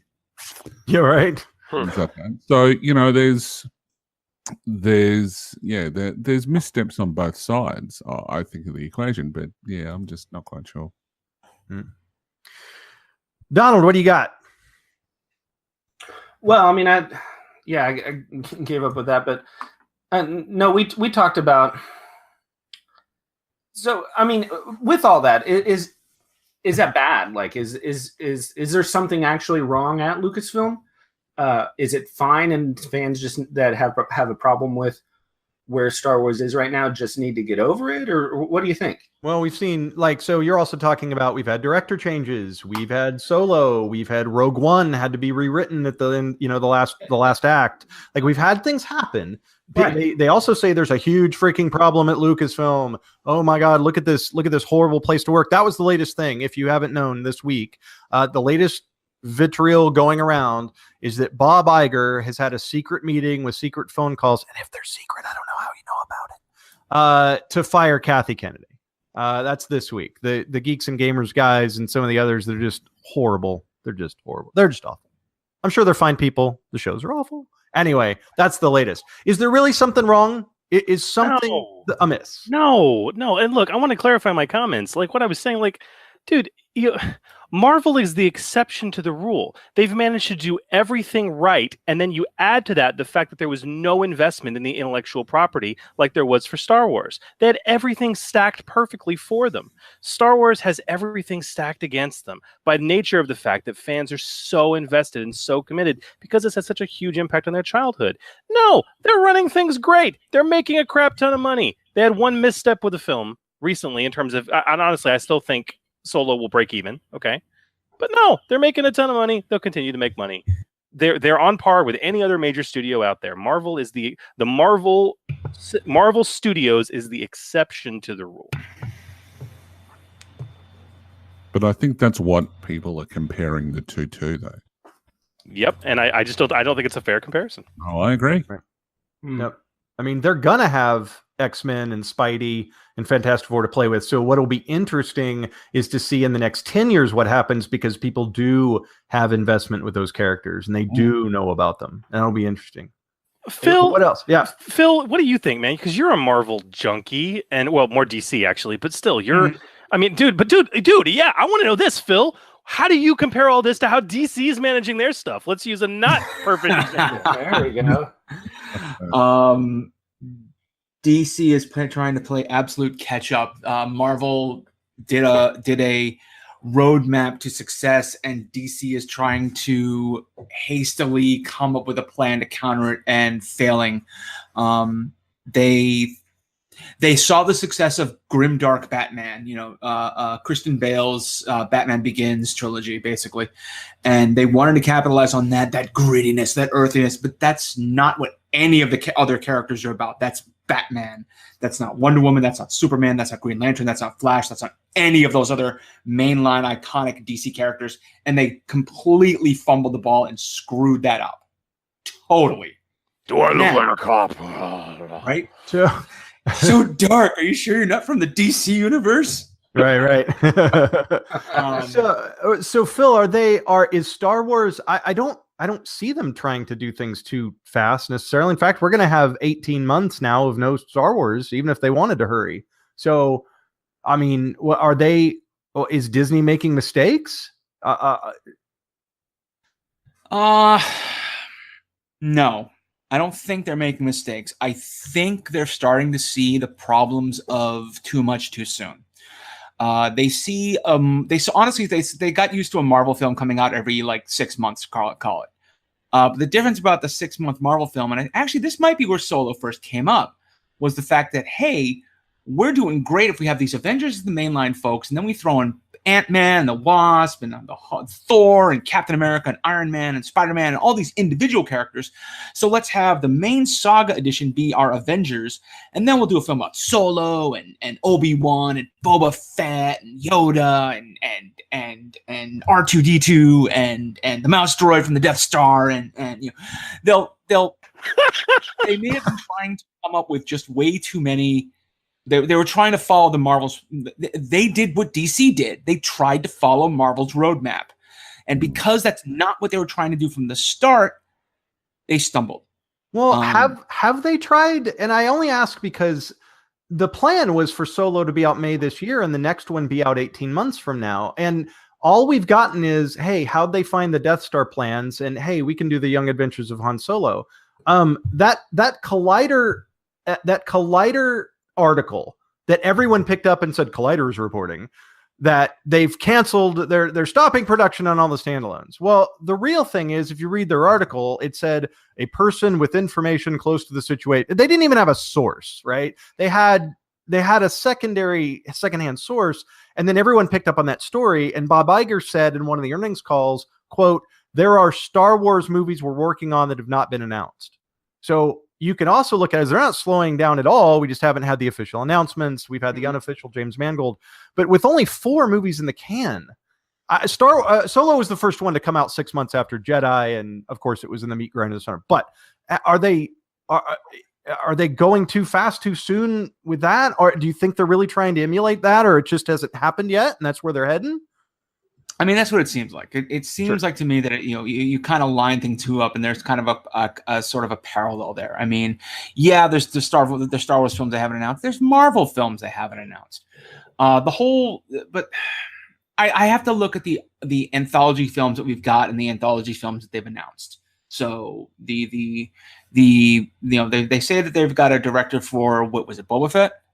Yeah, James Mangold, the Logan director. Yeah. And there's rumors of a Kenobi film out there. Sure. And the first anthology film we got was Rogue One. That was deep. That was huge. It was like, that was a story we needed. These anthology films should be stories that the saga needs. Fill in the gaps in the middle. Look, I don't give a flying F how Han actually got the Falcon, or why he's a smuggler, or touch into that. That's great backstory, but I didn't need Solo. I enjoyed Solo. I thought it was great popcorn candy film. I enjoyed the heck out of it. I didn't need Solo. Seeing it, I needed Rogue One.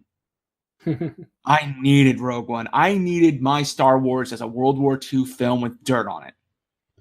I'm right there with you. We just watched Rogue One again with my son this week. Solo was great. It was fun. But my problem with the prequel movie is there's no risk. Oh no, Chewie's about to run into a big rock. I hope he makes it. It just doesn't have the same weight. Right. Rogue One was fantastic. It, like you said, it filled this huge void. It melded all this continuity. It was fantastic. However, Solo was a niche film for a small demographic of the Star Wars fandom. If it had been made for $40 million and it made 120, no one would have batted an eye. It would have been a success. Yeah. Right. But see, all of the new films from the anthology have all had problems. It's easy to forget because Rogue One is so good. There were so many problems with the creation of that. They had to bring in somebody new, and it's people have forgotten about that because it is this, this fantastic film that was done at the right time from a marketing perspective, but because of all of the public stuff that we see for Han Solo, or for the Solo film, and we also then have the problems of when it was released, marketing issues. Let's face it, not a lot of stuff was going on about Solo prior to the film being released. Right. I mean, we didn't get a trailer for a few months because they didn't have it. It was so quickly pushed out the door. They didn't have a trailer to show us. It wasn't like it dropped. The teaser dropped a year before it shows up. I mean, this is going to sound a bit strange, but look at it from a marketing perspective. One of the things that I noticed with Solo as opposed to Force Awakens and The Last Jedi is that I was listening to the radio on the way home from work, and suddenly I'm getting prizes being given away thanks to Solo now in cinemas. I've never seen that level of marketing after the horses bolted for a Star Wars film ever, which says to me that they misstepped from a marketing perspective. And I think a lot of it has got to do with Infinity War more than anything else, because it was this massive thing that had so much lead up from a marketing perspective. And then all of a sudden it's like, it's got to go. It has its run for the first couple of weeks. And then 2 weeks later, we've got Solo, and we've got to put it, we're dealing with, we're talking about a prequel film. So you've got people that will be going, is this at the start, at the finish? I thought Han had died, and it's confusing the audience. So you need to go through a marketing process to educate them as to what the fuck this film is. And that's been misstepped. So I don't think it's got anything to do with the films itself. It's got everything to do with the marketing more than anything else. I have said on the show a couple of times, but the movie, we talk a lot about what happened to Rogue One and what happened to Solo, and they had trouble coming out the door. But the movie of all the Star Wars movies that had most trouble coming out the door was A New Hope. The thing almost didn't happen. And I've said, if it was today, if it was 2018 and A New Hope's going to come out, it doesn't have a fucking prayer. Because you would have had all over the internet, the directors had a nervous breakdown and they don't have money for special effects, and the ILM guys are smoking weed in the parking lot, and the vice president of 20th Century Fox about to get fired, and it just would have been this huge mess of shit. And then by the time everyone walked in, I don't think it would have had a flippin' prayer. I don't think it would have had a shot if it came out today. Just like anything that has happened in years gone by, it's easy to say, this is what it was like back then.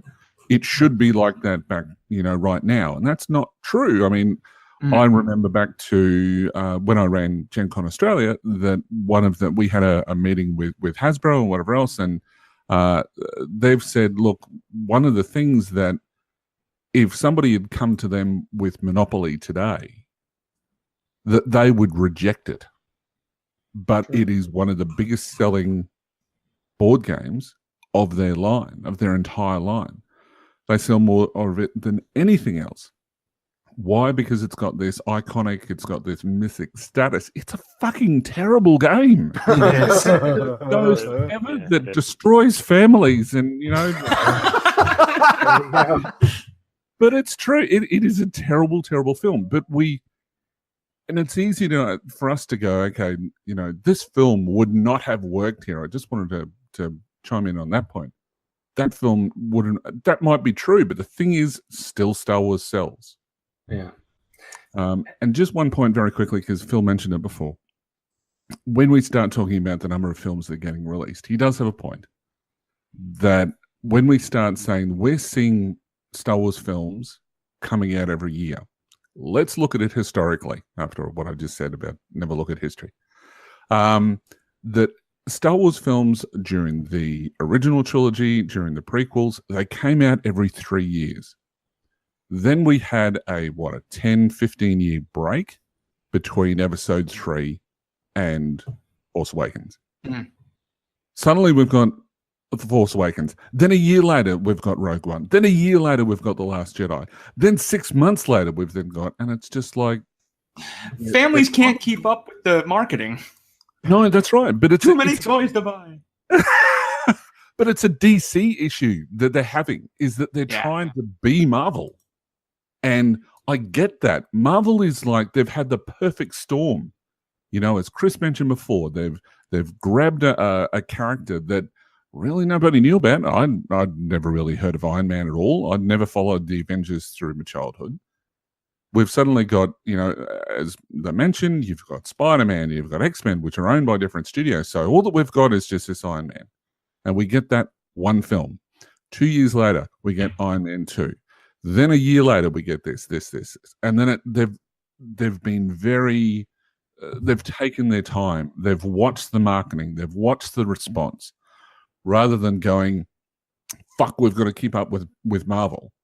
We've got to keep up with the Joneses. Well, I'm sorry, you've got to earn your stripes. It's as simple as that. And I know it's Star Wars, and I know we love Star Wars, but just be careful, because not everybody wants to be, had it all shoved in their face so quickly. Plus, with Marvel, who doesn't have a man crush on Chris Hemsworth and Chris Pratt? Or Chris Evans for me. I'm just saying. Yeah, or Chris Wynn or Chris Hunt. I mean, they're all great, right? Every Chris is. In fact, speaking of Chris, is Mr. Hunt. What do you say, you? Yeah, I just want to throw a little, maybe not quite dissenting opinion out here, but to question the narrative that we've seen the strategy of Lucasfilm. We've seen them trying to fit into sort of a Marvel kind of rollout here. I think that might be an assumption that might be untrue. So we saw them put out Episode 7, A New Hope 2 Electric Boogaloo, as a nice, safe hit of the park film to restart, so they don't screw it up. And we've seen some fallout from that, some anthology films, and 8 and 9, because you have to keep going. But what we've heard announced is, Rian Johnson's trilogy. We got the Game of Thrones guys, and maybe a ball thrown to us with Solo for greater linkage with some of their work. I don't know if we've seen their strategy, because when we see where Rian Johnson's trilogy goes, that's going to be apparently all new setting, all new characters, obviously, with no connection. So we're not maybe going to see the same level of attachment and entitlement with that. Maybe that's the move, that we're only seeing the phase 1, which is, hey, Star Wars is back. Here's more stuff you love, and it remains to be seen where the future of Star Wars is going. Yeah, really good Mr. point. Witt. Okay, so here's an uncomfortable truth that feeds back into the original question that was asked, and to Phil's point about misogyny, and also the differentiation we've seen in the receptiveness between the two anthology films and between Episode 7 and Episode 8 at this point. These films are not being made for us. No kidding. These films are being made for our children. So, okay, when we did, I'm going to tell you this. Listen, this is me, okay? I got a kid who's going to be 8 in 3 weeks, all right? she, at 2 years old, I started introducing her to Star Wars, the films, at 2. Okay. Right. At 3, she had a Princess Leia costume that she would not take off. Like every kid goes through that phase, right? She wouldn't even answer to her name. She would only answer to Princess Leia for a period of about 4 months. Well, that's because you're raising her correctly. I can relate to that, actually. But. All right. Now, my kid is not as committed as she once was when she was young. Okay, she's older now. But let me tell you this. When I took her at age, I guess she was 5.5 at that point when episode 7 came out. She lost her mind. She thought Rey was the most amazing thing ever, and she loved Rey. Okay. When I took her to see Rogue One, I've told this story on the Order 66 podcast. When I took her to go see Rogue One, which was a tough decision because I watched it first to make sure it would be okay. All right. To take a 6.5-year-old to go see Rogue One, I knew it was going to be rough. We went together, and when it was done and we were in the car driving home, I asked her if she liked the film, and she said, yeah. And then she turns to me at 6 fucking years old and she says, Daddy, how come when Jin and the man, the Cassian, right? Yeah. How come when Jin and the man were dying at the end, they were happy?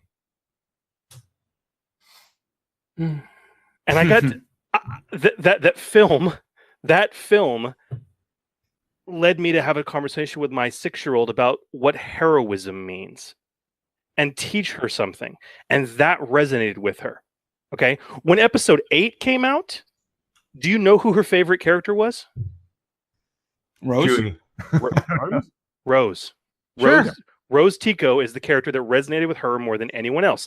The most vitriolic, fan-hated, for God's sake, these poor assholes have harassed Kelly Marie Tran to the point that she's deleted her freaking social media accounts, okay? And that was the character that resonated with my child, all right? I took her to go see Solo. She fell asleep. It makes sense. Yeah. And that's not to hate. I'm not kicking Solo in the nuts. I'm not kicking Solo. I had fun with Solo, but that film was not was not made for her, right. And that may be part of the problem. Almost as if different elements of something as wide as Star Wars appeals to different people. Dum dum dum. What? Phil? To support on that for Chris, we are not the folks that they're making Star Wars films for. The diehard Star Wars fans who are going to show up at Celebration are not the ones who pushed Force Awakens to the #1 film, who pushed Last Jedi to make as much money as it did. They're making these films. Disney has it right. They're making these films for the kids, and they're making these films for the casual moviegoer. Mm-hmm. And the casual moviegoer has no idea who the hell Kevin J. Anderson is. Has no freaking idea. And let me tell you this: the casual moviegoer is not Caucasian, statistically speaking, and it's also statistically speaking, the casual moviegoer is not a man. Right? Scandalous. Phil, Chris, we've got you for 5 minutes. I want to ask you a parting shot here. We'll let you go, and then the rest of us will kind of kick around and wrap things up. But so you can chuckle at me after you hang up. Don't do it. Don't embarrass me here. Don't embarrass me. Fair. I don't hate the DC films. And I know what they were going for. I get it. I read the comics. I'm a giant DC nerd. If you put me on a desert island, say Marvel or DC, I'm gonna take DC. I'm all in. However, the thing I found ironic was after Justice League came out, everyone started going, well, goddamn, you cut off half of this. We want to see the Zack Snyder version. What'd you do to this thing? Well, what they did was they listened to you bitching. You said it was too long. You said it wasn't funny. You said it was this and that and the other. So the executives, took his screen test like 8 months earlier and said, okay, we're cutting this. And then, yes, the tragedy happened to his daughter and he had to leave the production. And I get that. And they brought in Whedon. However, the damage had been done. So they listened. So I guess my parting question to you guys is, does Disney react to this at all? Because the people spewing the venom say, "Oh, they're listening to us. They're listening. They're listening." And Collider's like, "Oh, they're cutting up. They're going to kill those standalones. We ain't doing that shit no more." Like, are they going to listen? Because I personally think that had Justice League finished the way Snyder meant, maybe it doesn't rescue all those films completely, but you would have seen a completed trilogy that kind of made some sense and blah, blah, blah. So DC, I think, overreacted to a lot of the vitriol had they just kind of kept things going. Whatever. Is Lucasfilm going to follow suit? Do they listen to this shit? Do they understand what we believe, that this is a vocal minority that the media is picking up on? What do you think happens from here? I think they throttle down. I think they give they give the trolls online and those huge the huge media companies that are just trying to scare up clicks. They give them some fuel to make them think that, oh yeah, this is really being an effective thing. But they're also the whole point of let the heat die down. Slow down. Let's let the heat die down. They may have already had this plan to kind of throttle back a bit anyway, but now if they look like they're doing that, they're supporting all the trolls online. I don't think they react to it at all. I think they know.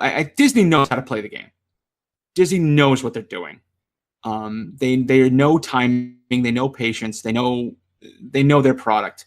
And I think they just realized that. I think they got caught up in the whole Star Wars thing of the possibilities what they could do, and I think they're just going to throttle back and get it back on track. Chris? Delusions of grandeur and self-importance. You mean Phil? No, Phil's spot on. I'm speaking about the fans, and quite frankly, I'm speaking about me and most of us. Here's the truth. It's the truth. You can disagree with me, and if you do, you're wrong. But here's the truth. Lucasfilm doesn't listen to the fans, and they won't listen to the fans. They don't care about the fans. Disney, in quotation marks, doesn't care about the fans. They're not going to listen to the fans. You know why? Because these are film studios. You know what film studios care about? You know what film studios listen to? Shareholders. Money. That's it. Shareholders and money. That's all they care about. If you question that, if you really question that, I'm going to point to the fact that they've made 5 Transformers films. Yep. Okay. 6th on the way. 6th on the way, because they make money. All right. If they learn anything from all this, and what's sad and pathetic about this is that because of Solo's poor box office performance, poor in quotation marks, right. All right, because of Solo's poor comparative to the other Star Wars films box office performance, you got all these fans online. They're going to be like, "Yeah, we did it. They listened to us. We boycotted and it worked." No, your little boycott didn't do crap. That's right. Solo performed poorly at the box office due to bad marketing, bad placement, and because kids didn't care about the film and did not go see it. Yep. Right. That is, and if Disney is smart, and like Phil said, they know what they're doing. Lucasfilm knows what they're doing. That's what they're going to learn from. They're going to give us new content, new characters, things that are going to relate towards the demographic that they should be making films for, because those are the films that are going to make the money. Even including Solo, every the Star Wars movies we've had out has averaged $1.1 billion at the box office, including the quote failure. So that makes sense. Well, we'll kick this around a little more. Gentlemen, I know you got to go. You got much more important podcasting to do. So thank you so much for taking part of your day and your time and your Sunday away from your families to kick this around. It's nice to have an intelligent discussion be part of the narrative out there, if at all a little bit. So thank you both. It was a real pleasure, guys. Thank you. You're most welcome. Awesome. Peace, gentlemen. love, and good gaming. May the dice be with you. It's not complete if you don't say that. Take care, guys. Take it easy. Take it. Bye. All right. Ian, Kevin, Chris, do you have any other take on what if they're gonna adjust? I think if I tack on to what kind of Phil was saying, I think this was planned, and the reason I think this was planned, we said it on our Solo show, when they started having trouble with the movie, when they started having directorial trouble, and that was real effing trouble. I mean, Rogue One had an editing issue, right, and a couple wrap up the edges kind of a thing. This was trouble. This was, whoa, this is not what we wanted, right? Well, they had every reason and every opportunity to push it to December. So you have to December. And if you do December, you are nowhere near Infinity War. You got 4 months to yourself. The box office would probably double. The kids who don't care, still want to go to the movies and they're on Christmas break and the parents want them out of the house and hey, Solo's out, let's go see Star Wars. I think the box office doubles at least if it's out in December. So what we talked about was some theories, and we don't need to hash them out here, is why do you shove it out in May? Well, so what I'm saying is I think this was all part of the plan. I think having an 18-month break was always part of this. I think they shoved it out the door fast to make sure there was, for lack of a better term. But anyway, what do you guys think? Are they going to adjust? Are they going to listen to this bullshit? Well, rumors have it that they are already, that they've basically they're going to take a big step back when it comes to it. One of the things that I think is, and it's not something that has been raised in this discussion thus far, and as I've sort of said earlier in the piece, there are multiple reasons why that Solo didn't do as well as it has. And I think that it's a problem strategy-wise across the board with what Lucasfilm has done. And I don't even know whether this is a word, but I'm going to create it. Chronicalness. No, that doesn't make any sense. No, the way that the films have been done storyline-wise, there's no chronologicalness to it. That's the word I was going for. We've got, we've done the whole original trilogy. Then we've jumped back and done a prequel. Then we've jumped forward and we've done the Force Awakens. Then we've jumped backwards again with Rogue One. And as a casual moviegoer, there will be some level of confusion. I mean, there was that when Episode 1 came out. We've got kids scratching their heads going, and even adults that were coming to me because they knew that I was a Star Wars fan and said, "Oh, is this a younger Luke Skywalker?" So, no, it's Anakin. And there's the prequel trilogy started to confuse the issue, and then they've decided, rather than following the Marvel model where every film is done chronologically, that there's that certain level of confusion there. And then we've gone back with Star Wars with Solo and yet again there's this time jumping thing, which it's great for a show like Looper where that's the intent, but when it comes to this sort of stuff, it's not. And I just think that they're trying to do too many things at once and trying to experiment. I don't know why they just can't go, you know what? Stick to a trilogy that we know follows the same timeline. And I tell you what, I would be very disappointed if Rian Johnson's trilogy or the Game of Thrones guys are going to go back and do some type of Old Republic, because that's just going to alienate even more people. Because do we need to know that? No. Why not have these trilogies running succinctly, all in the one direction, all with the ongoing narrative? Maybe one sort of bounces away from another one. I don't know, but yeah, there's too many experimentation going on with the way that the films are done, and I love the whole chronicle of a Star Wars story. I love that. But yeah, trying to get somebody new into it. What do you start with? Do you start with the original trilogy? Do you start with Rogue One? Do you start with the prequels?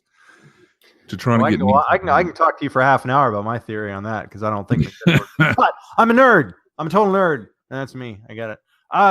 Mr. Hunt, what do you think?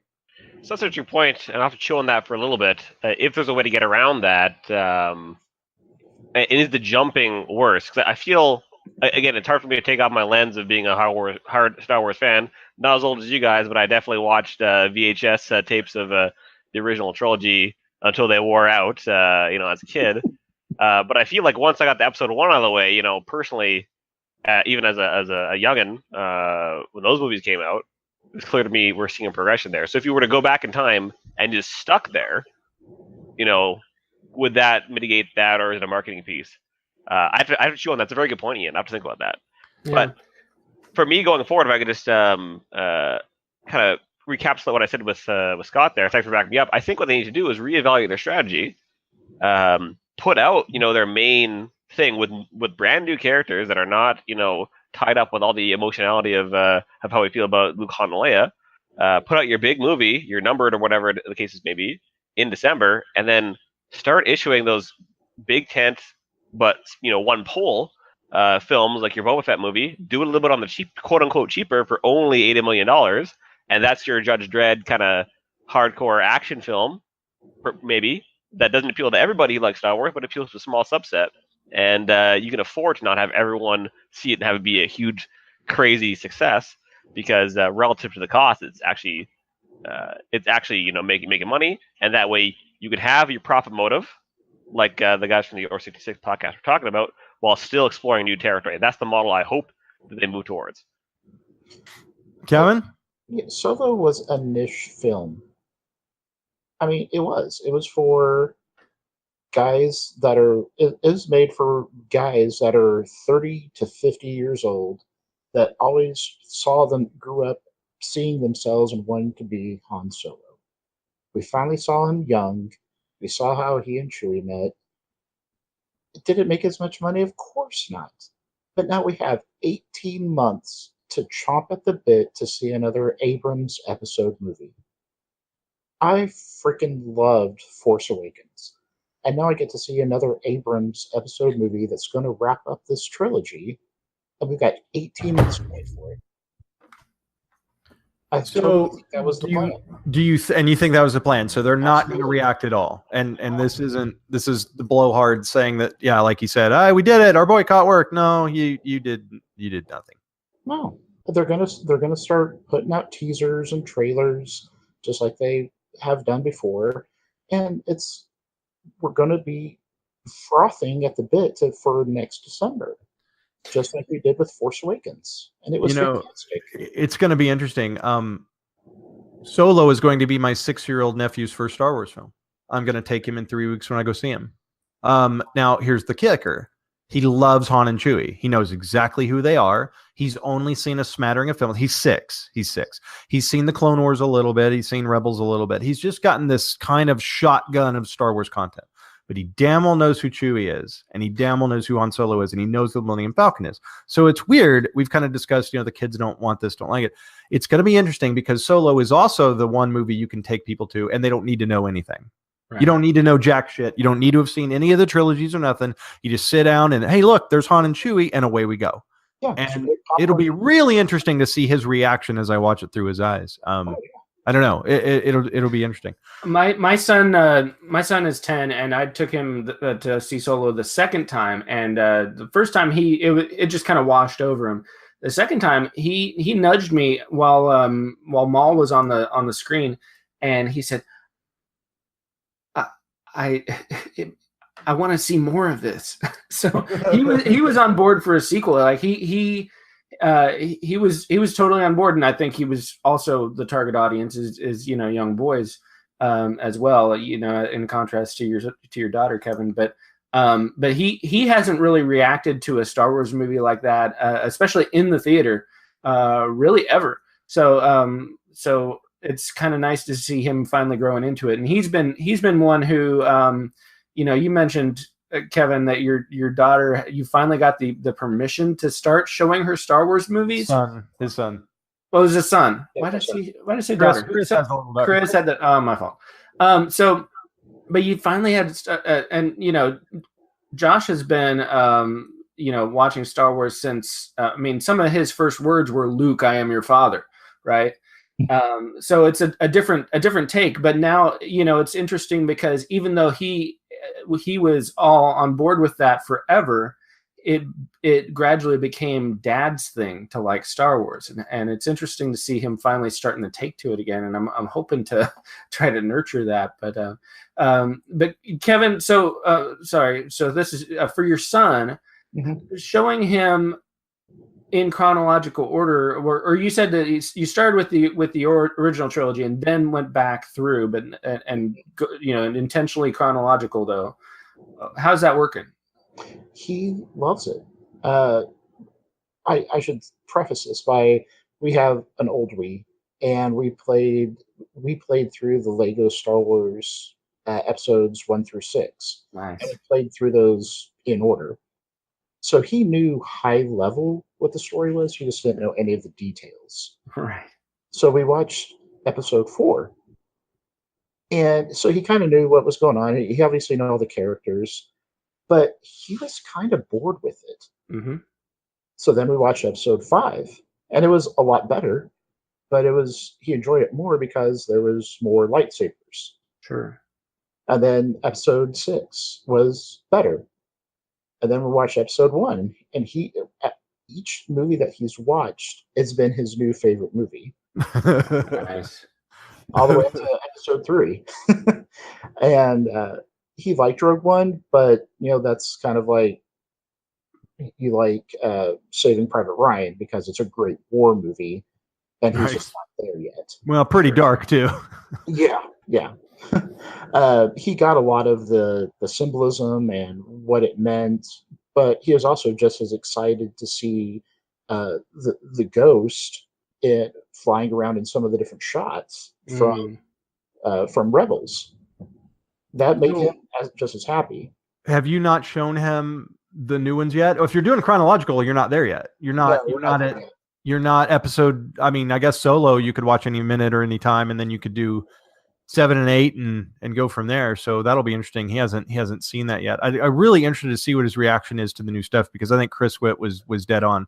These aren't for us. I mean, they are, and I'm all in, but they're not. I mean, my daughter, I know if you don't like it, you can scream at Disney for pushing some feminist agenda, but what I can tell you is it was the smartest thing in the world, because back in 77, girls didn't play with this shit.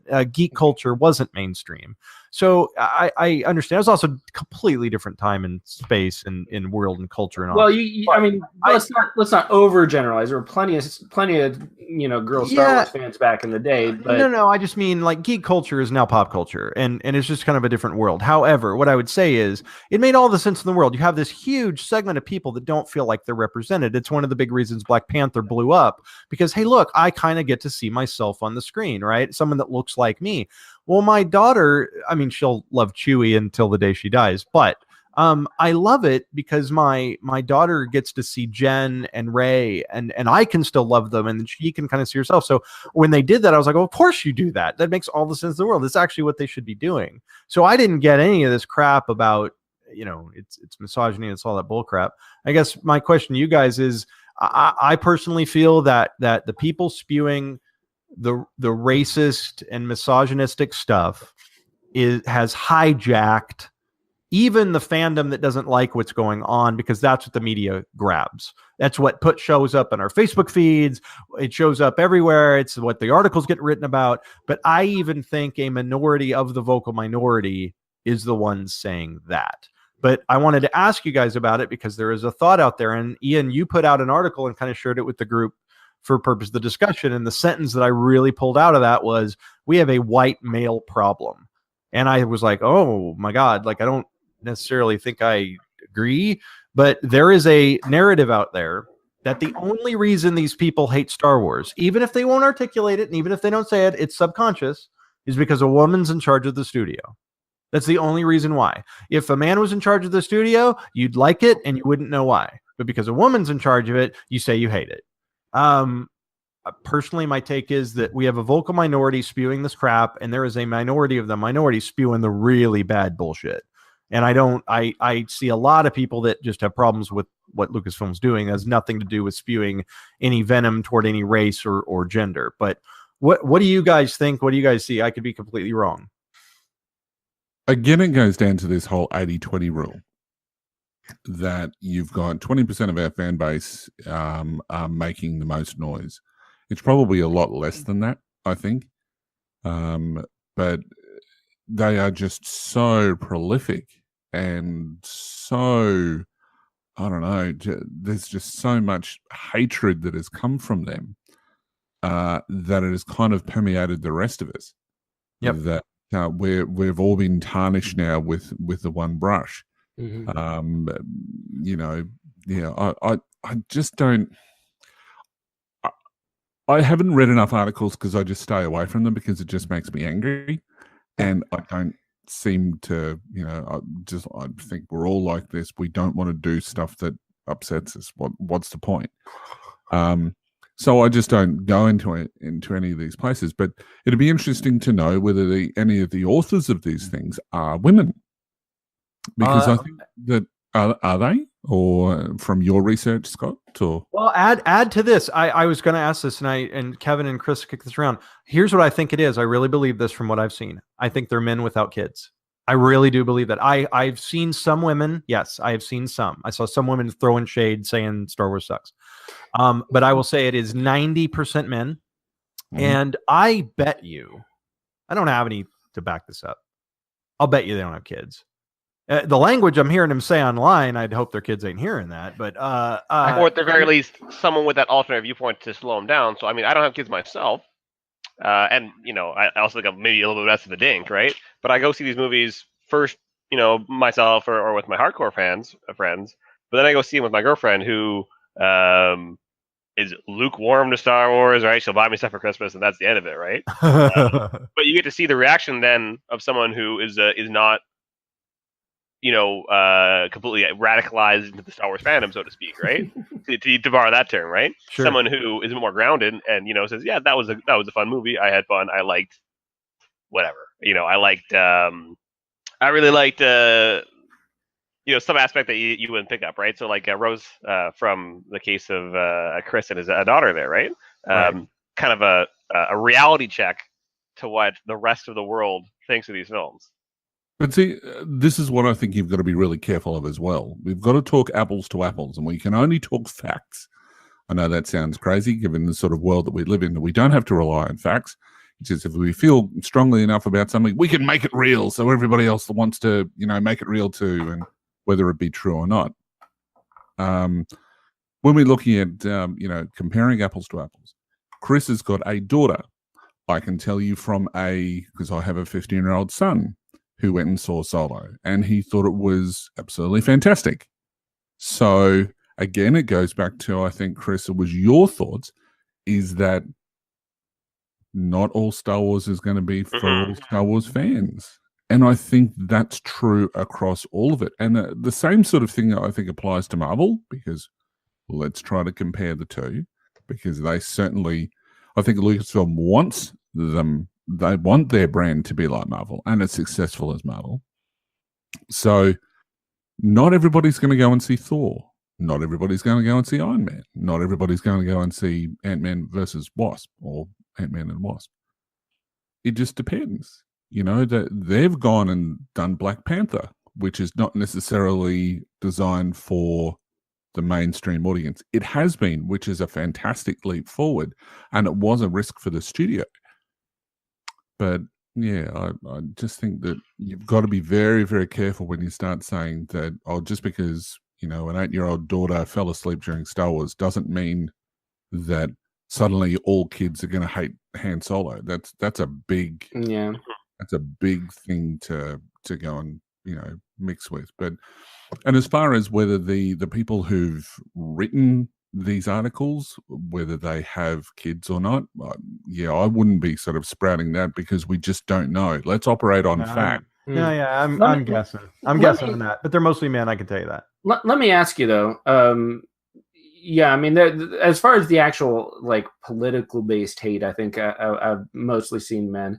When the phrase SJW is used as a negative, it's generally by a man. Not always, but mostly. There's certainly plenty of people that have not liked the way the actual story behind The Last Jedi, or the characters, the character choices that Bryan Johnson made, that are of all shapes and sizes. But I'm curious to know with you guys, there's a point here where if Star Wars fandom is like a religion, I think what we're seeing here is a schism, right? So it's like a sharp divide at this point. And I'm curious to know, I mean, Scott mentioned something about, are you a real Star Wars fan? Are you actually a Star Wars fan if you don't like anything since 1980? Let's get back to, if you like The Last Jedi versus if you didn't like The Last Jedi, are you a true Star Wars fan? Where's the danger in that? And should we avoid saying that? Should we be inclusive of the people that just, they're not misogynists, they're not racist, at least not from what they're saying. They just didn't like the way that it went. Right. It didn't speak to them. It may not have been made for them, but it just didn't speak to them, and whatever. Are they, to what extent do we need to make sure that we keep them all under the Star Wars fan tent versus get the hell out? Well, I'll throw it to Kevin first. But I'll say, Donald, you and I read a letter from Dave, my friend Dave, who just cannot stand The Last Jedi. It sucks. But what I could tell you is he loved Force Awakens pretty much, loved Rogue One, and he had a lot of fun at Solo. He's a Star Wars fan. He's in. He just didn't like The Last Jedi, and he didn't like the treatment of Rey and Luke to an extent. So he's a Star Wars fan. He's a Star Wars fan. Just I was listening to several of these people online, and they I'm not kidding. He goes, I've said, since the original trilogy, it's just all been crap, and Clone Wars is crap, and kitty shit, and the Rebels is kitty crap, and Ewoks is kitty crap, and they haven't liked anything since 80. Those are the people, these diehards that are saying this stuff, which is a lot of the people spewing the venom. That's who I'm saying. Is it dangerous for me to say they're not a Star Wars fan? I really don't care because I can say it. But no, I get what you're saying. So let me amend the question then. Is it okay for us to balk at the media calling them Star Wars fans? I don't like that. I think they've been hijacked. I think we've all been hijacked by these people. But Kevin, what you go first. I've had my soapbox. I agree. I am a movie fan of Star Wars. I'm not an uber Star Wars geek. I don't know all the planet names. Haven't read the books, haven't read the comics, but I know the movie universe, just like I know the MCU universe and not all the comics. If you haven't liked the movie in 38 years, then you're not a fan. You liked the first two movies of a series. The Last Jedi, it wasn't my favorite, but I still enjoyed it. I still have it. I'm still going to watch it with my son because that's part of the universe.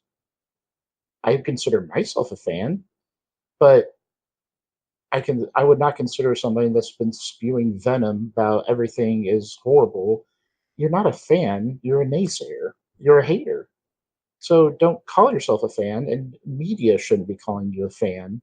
You're just someone who is talking about a subject. Right. And part of Donald's question is it dangerous to paint this wide brush because it's true. We're getting drugged through the mud here. We're getting drugged through the mud so that people I know really do think that all the Star Wars, I get asked about it at work. My God, all of the fans have gone off deep. No, when we go to Star Wars Celebration in Chicago next year, 60,000 people are going to give Kathy Kennedy a standing freaking ovation. And that's Star Wars fandom, right? Like the question for the roundtable is the state of Star Wars fandom. Personally, I think it's just freaking fine. I think we're hearing from a bunch of people, but it is dangerous to paint us with that wide brush, or that there's so much misogyny going on or so much racism going on. I don't see that. Even the people I know that didn't like some of the stuff going on or don't like some of the stuff going on, but I don't know. Somebody watched the first Twilight movie and then went off for months spewing about how the entire series is crap. Everyone who likes it is an idiot. Take it seriously. So why is I don't give any credential to somebody who only watched the first movie or two of the series and discounts everything else. Makes sense. Chris, Ian? Yeah? I've got a question. And I don't like to answer questions with questions. But one question is why is there such a rush to apply labels to people? Why is there such a rush to... I mean, we're basically buying into the bullshit that we're saying is bullshit in the community, in generally speaking. Why does someone have to be a Star Wars fan? Why do we have to, put them in this group of, well, they're a Star Wars fan, but they absolutely hate this particular film? Because they're claiming that they are. So I'm reactive to it. They say they are, and right. But this is the thing. We seem to have this, and I'm probably going to get up on my social justice warrior soapbox for a moment, but there just seems to be this whole rush to apply a label because then we know how to treat that person. Yeah. No, I agree with you. Rather than, well, let's not be absolute assholes. Let's just treat people like, let's be decent humans. Because that's not what's happening here. And especially, and this is the main reason why I'm here, I guess, is that what they did to the actress to Kelly Marie Tran. Kelly Marie Tran. What they did to her is just absolutely abhorrent. it's bullying. You know, we take, especially in Australia, we've taken this real big sort of anti-bullying sort of mentality. And it's what's happening online. And, you know, I work for the Queensland Police Service, and I hear it on a daily basis about people just getting bullied left, right, and center on social media. Why is it that we have to put labels on people? Why can't we just be genuinely nice to everyone and allow people to go, you know what, I didn't like something. Right. You know, if they want to post it on social media and be, you know, a dick about it, well, that's their problem. It's just that they're a dick. It's not that they're a good Star Wars fan or a bad Star Wars fan or a good movie goer or a bad movie goer. They're just assholes. Right. No, for purpose of, I agree with you completely. And just for purposes of discussion, because the discussion is around Star Wars fandom and Star Wars fans, they say they are, like, we're kicking it around. But I completely agree. And I think what it is, I think we have to figure out who to blame, right?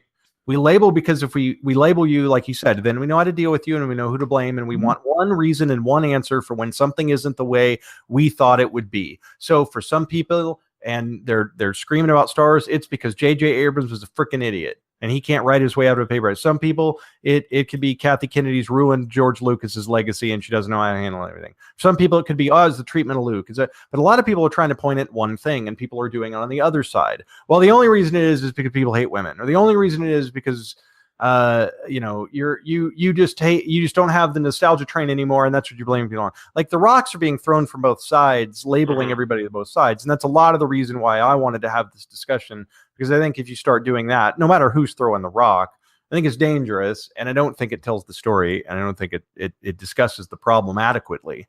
But anyway, Chris, go ahead. Sorry.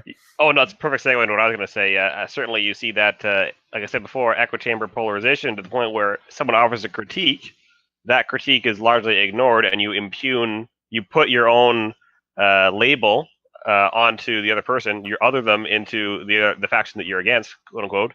It's like Donald said, there's a schism between certain sects here of the Star Wars religion, I suppose, here, right? I don't know. Do you guys see that Rebel Force Radio and Chuck Wendig kind of got into it over Twitter a little while ago? Mm-hmm.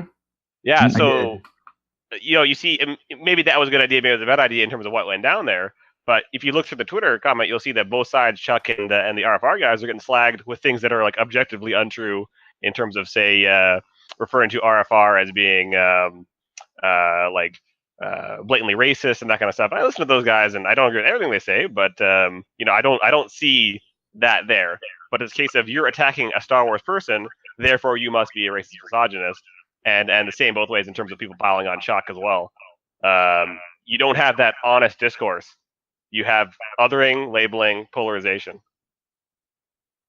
Yeah, and that's the kind of the spirit behind my question. There is, you know, it's easy as a quote unquote, you know, Star Wars fan who did love The Last Jedi and everything that Disney's been doing, in addition to everything that happened before, including the prequels, which makes me, I guess, a unicorn. But if we're going to label, but it's easy for me, and I'll personalize this. It's easy for me to then go and say, well, they're not a real Star Wars fan if they're racist and misogynist, or they're not a real Star Wars fan if they don't like The Last Jedi, so on. And I understand the danger behind that, which is why I struggle to make sure that I don't do that. But it's easy. It's an easy hole to fall into, and you know, when I'm trying to defend Star Wars fandom from these haters, whether they're politically motivated or just content motivated, it's tough for me to then go into this otherdom, right? It's easy for me to go into this and label them as other. And so I'm looking for some help here. I mean, what I do is generally I try to shut up and not say anything, but then I'm not defending Kelly Marie Tran, or I'm not defending Star Wars fandom. And maybe it doesn't need defending. Maybe I'll just show up next April in Chicago and you know, put on my Jedi uniform and have my R2D2 that I built, and you know, I'll just enjoy it, and that I will be much happier doing that. But at the same time, I don't think I'm being necessarily the best steward of the fandom, especially if I have a voice through a podcast and so on. Yeah. So that's what I struggle with. So what do you think? I would say, just to be clear, I mean, just because I'm saying that people are being mispainted with a misogynist brush when they have legitimate critiques, that by no means undercuts the fact there are a minority of people who say produce the womenless cut of The Last Jedi. So there are some extreme people out there, and I think the danger is when you don't take a second to understand, and maybe even a good rule in a collegial debate is you have to almost restate or understand the other person's position before you respond. We don't see that, right? So if someone is criticizing Star Wars through discriminatory baggage, I don't think that really should be tolerated within our ranks here. But at the same time, you can't jump to that conclusion. Ultimately, 20% of the population are assholes. Wait, does that mean that one of us is an asshole? There's what, 1, 2. Oh, come on. No, we're part of the 80%, but generally speaking,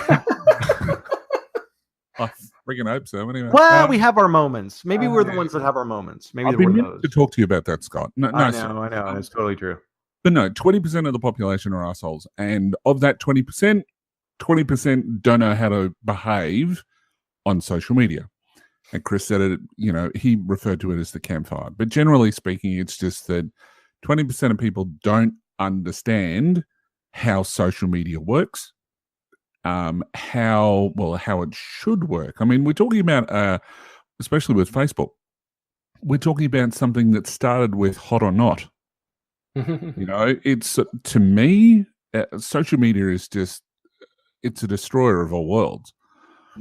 That it is misused so dramatically in our modern age that it gives a voice for assholes. The piece to it that I meant to say earlier when Chris mentioned the campfire is that this time everyone comes to the campfire anonymously. And you can flog everybody, you can spew anything you want, and there's no ramifications of consequences. It was interesting. Donald, who's the Saturday Night Live actress who was in the Ghostbuster movie? Leslie Jones. She was just berated mercilessly over social media after that movie came out, and she had some advice for Kelly Marie Tran that unfortunately she didn't do. Her advice was take pictures of those comments and their names and post it and say, look what this person said. Like shine a spotlight on it. Don't run, point at them. And she said that's what she did. And she got a lot of it to stop because people knew when you start flinging mud at Leslie Jones, she's going to push back. Yeah. And it was genius. It was like, oh, of course, that makes so much sense. But I think you're right. I think 20% of the 20% are assholes, don't know how to behave. And now they get to do it anonymously. Yeah, that's true. But I mean, to use your example there, you've got one actress who is obviously very much empowered. She knows her place. She's, she is someone who has her head screwed on. I'm not saying that Miss Tran hasn't, but what I'm saying is that, everybody deals with stress in a different way. And we don't know what's going on in her life. We don't know what's happened previously in her life. We're looking at this small snapshot of her existence from only what she wants us to see, because that's all that the information about an actor we're getting is from Internet Movie Database, from what they've seen as well as what the media has wanted us to portray. So we're getting a skewed view. We don't know what's going on in her life. True that. I would say though, this is one of the biggest bummers for me though. One of the best stories coming out of The Last Jedi, just for me, was her. And I watched her on the red carpet premiere. And the second she got in front of the first microphone in that gorgeous gown, she started to cry. And the interviewer said, it's okay. And she goes, oh, they told me not to do this. They told me to answer questions, don't cry. And she goes, you know what? You've not been in a movie and now you're you get to cry. Go nuts, cry. And what should be the best year of her life, that Instagram feed was a window of what she was choosing to show us, of what should be the best year of her life. Look at the best year of my life. All she did was take a job that any of us would have taken in a heartbeat and Twice on Sunday. And she got shit. And I agree with you. It is no wonder to me why I would have too. I'd have just gone, you know what? I don't need this crap. I'm going to start another Instagram account. I'm going to share it with my family and screw this crap. I totally get it. And when you go from 0 to 60 in 2 seconds, and Leslie Jones has had a long career and learned how to deal with crap coming up, and it just threw it in her face, like Mr. Tran just had it thrown in her face. I hope she comes to Chicago, because she is going to get 60,000 hugs. And I'm praying, like, they're going to be in the marketing swing for episode 9, and Rose will be in it. And I'm just hoping she goes to see and feel what made her want to be a part of the family in the first place, because I guarantee you she's going to have a giant standing ovation with everybody going crazy. Like, why wouldn't she? But anyway, sorry, I didn't mean to steal your. I didn't mean to steal your thing. I'm just so upset by it, like you are. I was part of my love of that movie was not just her character, but just her story, and I just loved it. And I didn't care where she was or what gender she had. I don't think I thought about it once. I loved what Chris Witt said. She was a stand-in for the fans too. Yeah, that was what Chris said. Like, she's an everyday fan thrust into adventure, and she really represented all of us, which is why Chris's daughter latched onto her so well. And not just because she was female, that's a huge piece of it, but part of it was like it felt like if she got to go on a ride, that'd probably be me, right? And anyway. But I think that it's easy to point the finger at the person who is at the center of the controversy. But I think that her publicist has got a lot to do with it. You know, where is coaching that she's getting for dealing with? We're talking about an industry that chews up people and spits them out at a great rate of knots. Hollywood is not a nice place. Let's face it. You know, and we're talking about someone here who has not a great deal of experience, who is fairly new, has been thrown in from complete obscurity into something that is just this, you know, mythical beast, you know, and she's obviously a fan herself, and she's gonna, if you listen to some of the things that she said, she has an agenda as far as that she wants to push the fact that, well, I'm now being represented in, you know, my race is now being represented in a Star Wars film, which is just fantastic. Because absolutely, it brings in this inclusiveness, but she's being attacked. So did her publicist basically say, look, get off social media? Or is a publicist going, okay, this is something new? What is Lucasfilm, what sort of support have they provided to her to go, this is how you're going to deal with this? Because these marketers, they're the ones that look after, you know, how their brand is looking, and that includes their people. What sort of? I'd be very interested to know what role they've played in all of that. Have they? Get off social media, that sort of stuff. Right. No, you're right. So guys, I want to know what you think of this. There was a piece of what Phil said real early on, and I didn't agree with how far he was kind of saying he thought it was, which was after the election.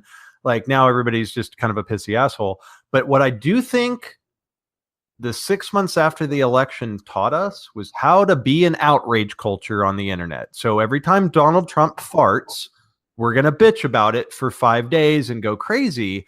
And I have seen a difference in the outrage culture, because 2 years ago, Diego Luna was the first Mexican person in a new Star Wars movie, and somewhat of a big deal was made of it, but I didn't hear all this shitty bullshit. And then the election happens, and I see it on both sides. I see people on left and right take things way too freaking far in reacting to something. And I wonder if maybe all that's happened since then is everything's gotten polarized, and people are throwing rocks, and every single issue that comes up, we just start flinging the mud, and nobody listens. And that was honestly a lot of. I think we go back to the dawn of social media and even the dawn of the internet. I think just once again, it gets back to 20% of the people are assholes, because if we go before Diego Luna, number one, he's a man, so people are probably going to feel less inclined to abuse him. Unfortunately, you know, people were bad mouthing Lucasfilm, and you know, because of Finn, John Boyega, all of a sudden shows up on the trailer as a black stormtrooper. What the hell? And, you know, bullshit like that, you know, and on and on and on backward, and, you know, farther and farther back. It's it happens, right? I mean, it's nothing is new under the sun as far as that's concerned. It's just how it's like we have less and less of a filter at this point. That it's become more and more of a polarizing filter. You are either, I think Chris Hunt was saying it. You're either this or you're that, and nowhere in between. And so you're either an asshole or you're one of the decent people, and both sides think it's the opposite. Yeah, because you got to look back and say, if you look at when Jin was revealed, I think it was maybe the art piece that had her in the center, and then you have everyone else around her. You definitely saw a minority of people saying, oh, eye rolls, we have another female SJW protagonist, right? But I think the point you hit is that while this isn't new, because this is like, I remember dial-up internet, it had its dark corners, right? Oh, no doubt. But I think the difference is that you're seeing a greater intensity, right? As well as, and I've harped on it again, like I said, you're either with me or against me. And sort of things like needing to, basically that dichotomy, right? And that's just not healthy to explore these issues and that kind of stuff. Well, we know that only a Sith deals in absolutes. So. Absolutely, yeah. Absolutely. Well, go ahead. I think this speaks to the American culture, especially as a whole. We have no sense of moderation. Oh, can you preach, brother? Please preach. Holy shit. If we're drinking a Coke, by God, it's a half-gallon Coke. If we eat a burger, it's a 3-pound burger. If we have an opinion about one thing, then we are going to take it to the most utter extreme that we possibly can. And go. And you can say that on the internet, and guess what? You're going to get 150,000 likes, or you're going to put it out on a shitty YouTube, and you're going to get 2.5 million views because all these news agencies are going to point to your video. If you can't still be a decent human being in your critique, if you have an actual opinion and can support it and be not a raging sexist, racist jerk, then keep it to yourself. or share it in a normal human way without, right. It's funny. You hit on the whole reason we did this show. We knew we wanted to do movie review podcasts, so we start kicking it around and we messed with it and we thought, you know what, like, you do movie review podcasts in an iTunes search and holy Lord, you'll get an avalanche. And we listened to a lot of them and they all sounded the same. And either everything was just freaking awesome or everything just fucking sucked. Mm-hmm. And so we were like, you know what? Like, there's no. There's another way to look at this. Like it was, Ian, the last episode we did was Valerian, and there were a lot of bitching about it. And you said, I didn't like this thing the way. So all we did was go, you know what? Let me see if I can pull this toward moderation a little bit. Let's see if we could look at it a little differently and like it a little more. That's all we've been trying to do, is have some kind of a sane voice into the center of going too far one way or the other. And if at the end of the day you still go, hey, didn't like Valerian, cool, no worries, all good, man. It's cool. It's all or freaking nothing, man. It's everyone's a misogynist or Kathy Kennedy's a fucking idiot. Like, it's nothing in between. I think you brought up the new the Ghostbusters. It came out with an all-female cast. And whenever you guys reviewed it, I was talking with you, Scott. There's one movie reviewer that I particularly like. Give a shout out to Chris Stuckman. He studies the art of making movies, and when he critiques a movie, it's not only its entertainment value, but it's the writing is good, or the writing was terrible, or the directing was good, or the directing was terrible. Right. And when he's prefaced his review for the new Ghostbusters and said, there's so many women out there saying that if you didn't love this movie, you're a misogynist asshole and you need to burn in hell because you have a penis. And he's like, it just wasn't that great a movie. The writing was not that good. The jokes were terrible. Poor Donald. Yeah. Oh, that's gotta hurt. I got it. It's that no, he's right. This is what we try to talk about on the show. And when people were complaining about things in, Batman versus Superman, we went into the writing and we went into some of the source material and said, well, the reason this was this way and they shot it like this was because of this, this, and this. You can still hate it, but we're trying to give you the why, right? Exactly. And more importantly, if you want to like something, man, I did not care for that movie as much as everybody else did or as other people did. And boy, this. I wanted to. I like Ghostbusters. I just didn't like this. It'd be nice if I liked it better, but it didn't speak to me. Like, okay, well, here's how it spoke to me. 1, 2, 3, 4. Okay, if I'm not convincing, I'm sorry. There you go. It's not that I hate this, and it's not that I hate women. I just didn't care for this. And you hate women. Just kidding. Just kidding. So fun. The issue that I've got, generally speaking, and it's got a lot to do with the rules of social media, the rules of any sort of interaction with people, is that I think that someone, or all of us at some point, have forgotten of the whole notion of if you can't say something nice, don't say anything at all. I think that it's okay to go, I don't like something. And that's it. That's all you need to say. Right. You don't need to go, I hate something and I'm going to destroy someone's life. Right. Just so I can make myself feel better. If you've got that sort of an attitude, you might be an asshole. No, I hate the Geeks and Gamers guys. I'll say it. I'll use the word hate on here, and I don't care. It's my show. Fuck you. I hate them because I'm not an asshole. No, they're trying to get people fired. They're trying to ruin lives. They're trying to take people down. They're not just saying we don't like Star Wars. They're trying to force Star Wars into their narrow view of what they think it should be while not able to articulate what they think it should be. They just know it's not what they like, so fuck this shit. And they are actively trying to get people fired because let us not forget, if Kathy Kennedy goes down, so go a lot with her. It is not one person, right? Like that shop's gonna, right. It's not just Star Wars. It's basically anything. And we've talked about different movies like Ghostbusters and that other abomination, and you still haven't convinced me on Valerian yet. That's fine. But there's, when I'll look at it from my perspective because of where I work. So we will get a complaint with regards to someone getting a speeding ticket.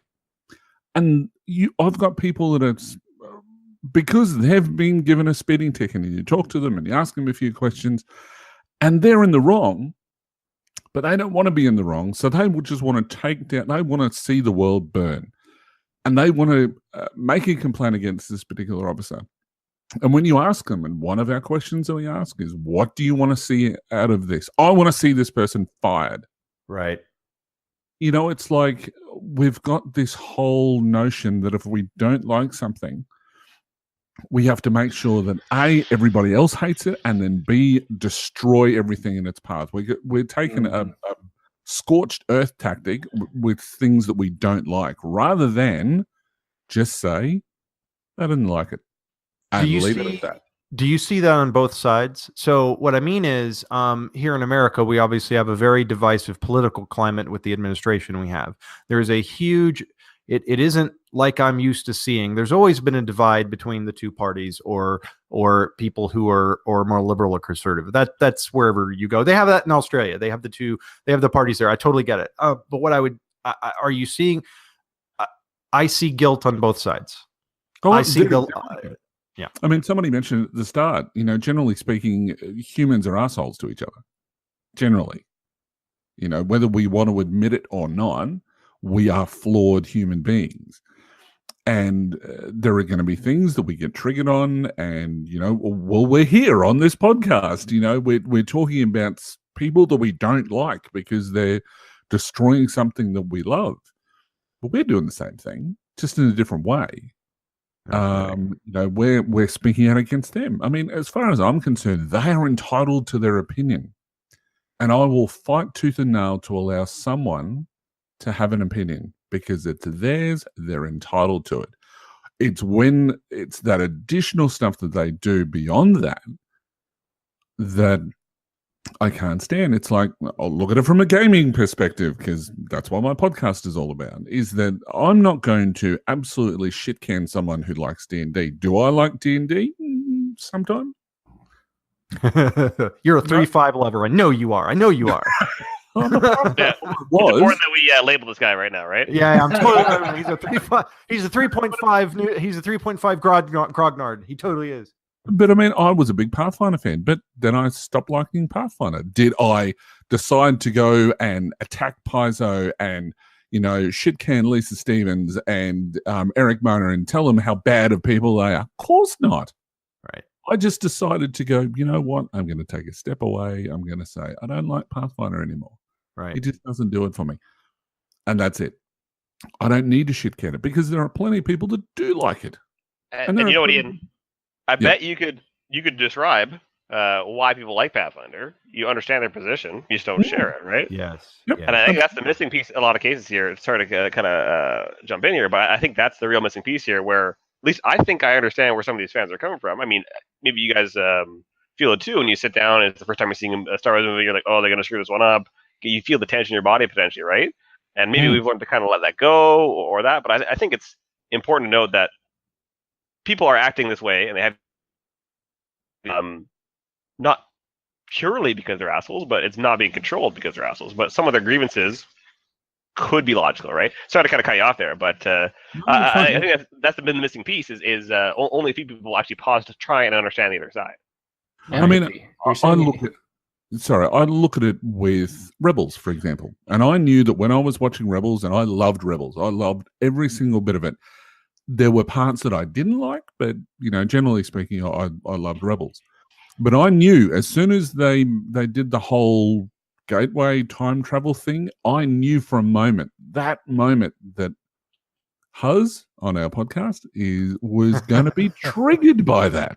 Like, there are some things that you don't do, and I knew that he'd be triggered by that. But have I seen him jumping online saying Rebels is the worst thing in the world? I'm Fire Filoni. Fire Filoni immediately, yeah. No, he's not. He's just said to me, yeah, I don't like Rebels. And we'll have discussions about it in a social setting, not online. It'll just be a discussion where I don't like Rebels. Okay, I accept that you don't like Rebels. And what you're saying means something to you and you don't like it that way. That's fine. Everybody's entitled to an opinion. But it's when they start doing some of the vitriol that we're seeing is when I get my get people's up.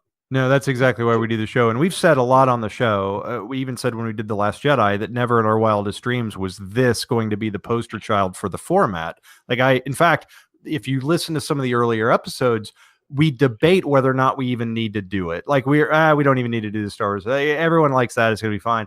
And then, we have our own mics now and we love Star Wars. So we're going to do it just because we love to do it. And if nobody listens, it's fine.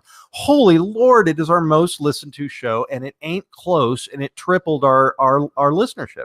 I had no idea what was going to happen, but we have said on every show we've done, we've tried.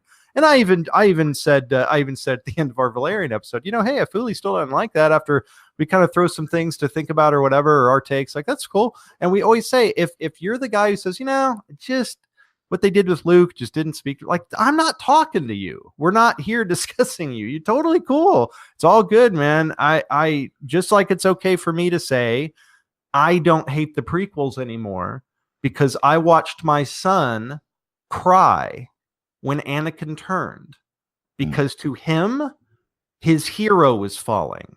To us, we were just seeing how he became Vader. To my son, who grew up during the Clone Wars, his hero, who he was for Halloween. Why is he being so mean, Daddy?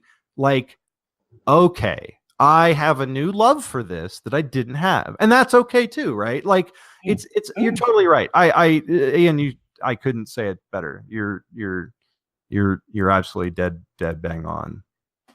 Makes sense. Well, gentlemen, we've kept you for 2.5 hours here. I want to throw it around and give you each a chance to kind of leave a parting shot of what you think the current state of Star Wars fandom, is like, and maybe even where we're going to be in a couple of years. I have seen backlash since the Kelly Marie Tran thing. I have seen a lot of positive backlash. I've seen a lot of support for her, and I've seen a lot of things flip. And I'm wondering, part of me hopes we're just going through a phase. Part of me hopes that this will, like, they're just going to get tired of doing it, and Kathy's not getting fired, so they won't have anything to talk about, and it'll fade away. I don't know. Probably not. But I don't know. Kevin, you've been quiet for a little while. What's you got the soapbox to yourself. You got a parting shot. What do you know about the state of Star Wars fandom and anything you want to say, man? Floor is yours. I'm gonna No say, pressure. Thanks. I'm going to say that the bell curve of fandom is happy. That's why it's the bell curve. There's going to be the tail end that is just spitting venom and hate, and there's going to be the other end, like, you guys that love every that comes out. Guilty. I love the movies because that's what I know and I enjoy, and I love all movies in general because I'm a movie nerd. But for the vast majority of people and fans, they're happy. They love what they're getting. They're not hating the characters. They're not hating the plots. They're not hating the actors. And we're being more emboldened to say to the venom spitters that, no, you are not right. If you have a legitimate reason to hate it, then say it in a human way, and don't belittle and hate on everything that is not worth hating, and do it in a human way and treat people like humans. But it's okay to hate the Geeks and Gamers guys. That's totally okay. Sorry. I have to scorch earth everything. Moderation. God, preach, brother. Preach. Mr. Hunt. Yeah, I'll echo that. And I've written down 2 quotes here from one of the wisest beings of the Star Wars galaxy. One is unlearn what you've learned. And 2, regarding the trial in the cave, is what's in the cave? Only what you take with you. And I think as we face the trial going forward of the vitriol we see in the community, uncertain direction among some people of Star Wars, we need to keep those 2 things in mind and not be so quick to judge others, and to not take our preexisting notions and labeling forward, and be humble about what the other person's concern is, take a step to understand it, and then have a constructive dialogue. So, like, guys and girls, please make Yoda proud. And also, let's not forget when he said mine, or I will help you not. I'm just kidding. I have no idea. I tried to do that to Donald once in a while, just say something to just get him to go, Oh, Lord. It's mutual. Ian, you have the floor, sir. All right. So I've basically got 4 points because I'd like to talk. Oh, good. Couple of things. If you really sort of become bitter and twisted, follow these simple rules. They're pretty easy. Don't feed the trolls. If you see some absolute wanker, as we like to say in Australia, that wants to create controversy, just wants to poke the bear, just wants to be an asshole, just don't feed them. Just walk away. And that's probably my second point, is be prepared to walk away. If you don't like something, say it, but don't make a big song and dance about it. In that sort of sense, vote with your feet and your wallet. If you don't like something, that's what studios listen to. Understand what a studio does. Chris Witt mentioned it before. They look at it from the money perspective. So if you don't like something, don't destroy people's lives because you don't like something. Just don't go. You know, I'm certainly not going to miss your bullshit. You know, just walk, just be prepared to walk away. And yeah, just sort of, right, I'm not going to do Star Wars anymore. Okay. See ya. You won't be missed. And the other thing to take into consideration is that everybody's perspective, due to their own perceptions, which is what creates their reality. And just accept that. Because there are going to be people who are going to not like something, and you know what? There might be a very good reason. And I think that goes across the board for anything. Is that if something has happened in their life, something has, you know, driven them to this decision, and you aren't necessarily aware of that, and be accepting of the fact that their perception is not going to be the same as your own. And I think that if everybody obeyed those rules, social media would be a way different place, I think. Well said. Well said. Well, gentlemen, I can't thank you enough. I thank you because we have a Movie Defenders YouTube channel that we have not really leveraged. We are going to put this out there because I desperately want, even if 3 people listen to it, an intelligent, reasoned discussion about all this, because we've said things not all positive about everything going on. We didn't just blow smoke and sunshine. We tried to really have an honest discussion that I don't see happening. And when I kind of put out the call, everybody jumped in, and I know we had a couple of people not able to join us like we planned, but I can't thank you enough. The D20 Radio family is just the best, and I can't thank you enough, guys. Kevin, Ian, Chris, thank you, gentlemen, so much for joining us and having this discussion. Hopefully it's been fun for you, even if the topic or the subject matter wasn't always so much fun. I had to drink heavily after pulling all those YouTube clips. Oh my God.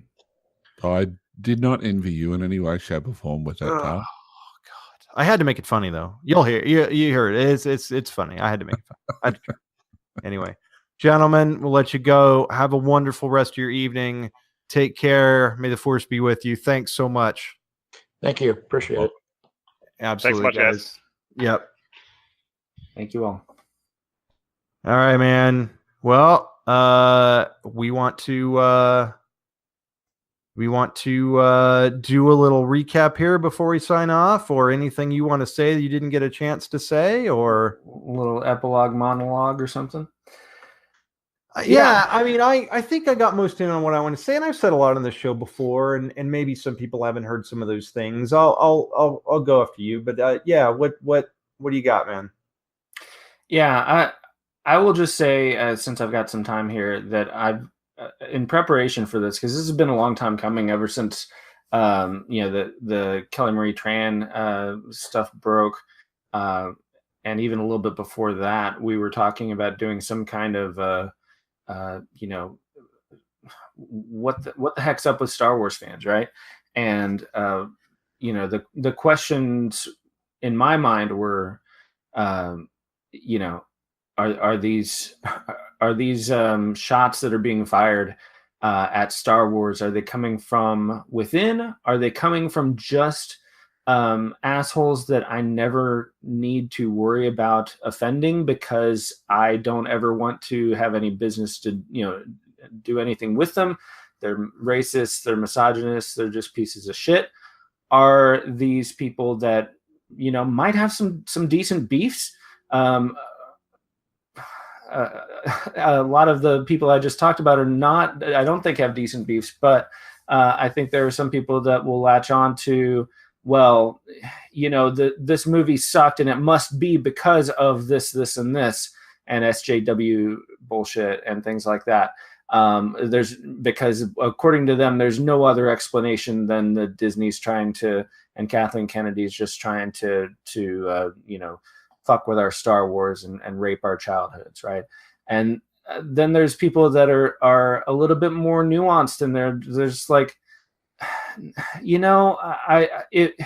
if Disney's trying, if Disney is trying to push some kind of social agenda, okay, fine.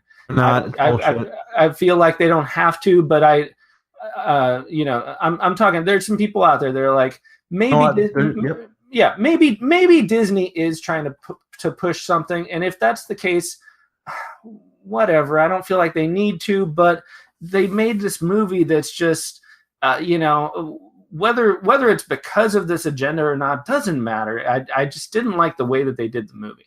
Then there's other people that are like, no, I'm all on board with, I've got SJW tattooed on my arm. I just didn't like the movie because of this. And, because I didn't like Canto Bite or whatever. And, I didn't like the Yo Mama jokes that Poe was given or whatever that is. And, for me, I feel what I struggled with, prepping for this show, this particular episode is this is such a big elephant, to try to take a little bite at a time or something like that. It's like, what are we fighting here? What are we, and I think it gets back to Rose and her saying, don't fight what you hate, save what you love. So I think we all did a really good job for the most part of just saying, you know what, assholes are going to be assholes.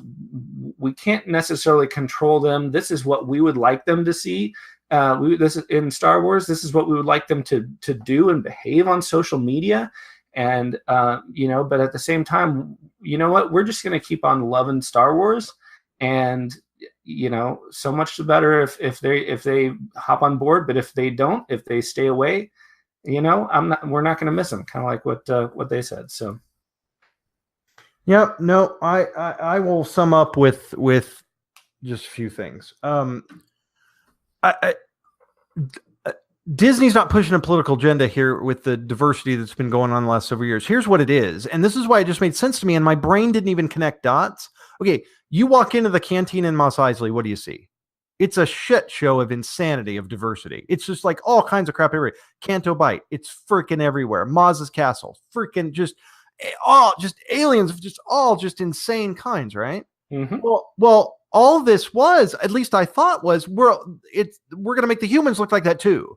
It's just a mishmash of everything. It's Sesame Street. Like, here's all the stuff, right? I thought really that's all they're doing. I think it's a intelligent marketing move. Not just if you're just in love with dollars, it's smart. And if you want to tap into a starving fan base who wants to come on board and get little girls on board with, Forces of Destiny's cartoon series, or Rey or Jen or Maz or Kira, whatever you're wanting. Either way, it works. Either way, it's a genius decision. So when it all happened, I didn't see any politics. I saw them trying to make Star Wars look like Star Wars.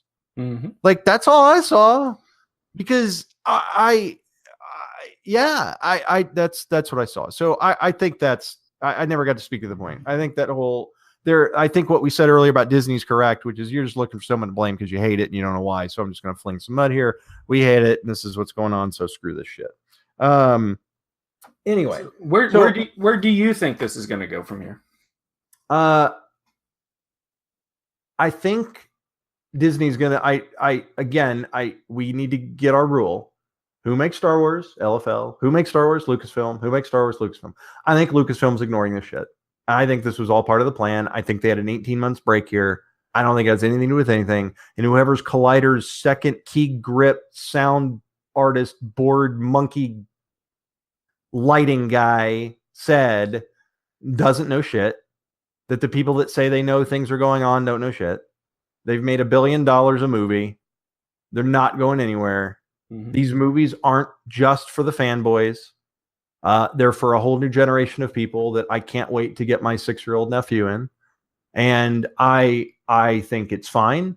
I don't think anything's going to necessarily happen. Maybe they slow things down, but I think you and I will have trouble seeing it, because I think for 18 months, like this 18-month break we're getting now, was part of the plan. It was obviously part of the plan. They shoved Solo out the door to make sure it happened.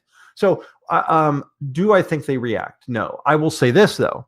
If they do, I'll be very disappointed. It'll be the first time since the merger I really have a problem with something Disney/LFL does if they start listening to this vocal minority, because it is. And if you don't think you are, go Google box office. Go Google it. Yeah. If you hate what they've been doing and you don't like it and you think, we're boycotting, they're paying attention to us. Yeah, go Google the box office. The first thing that kind of surprised me, I can't remember who said it tonight, but that Solo isn't really for kids. It's certainly kids can enjoy it, but it certainly wasn't targeted at them. So that is kind of interesting to me.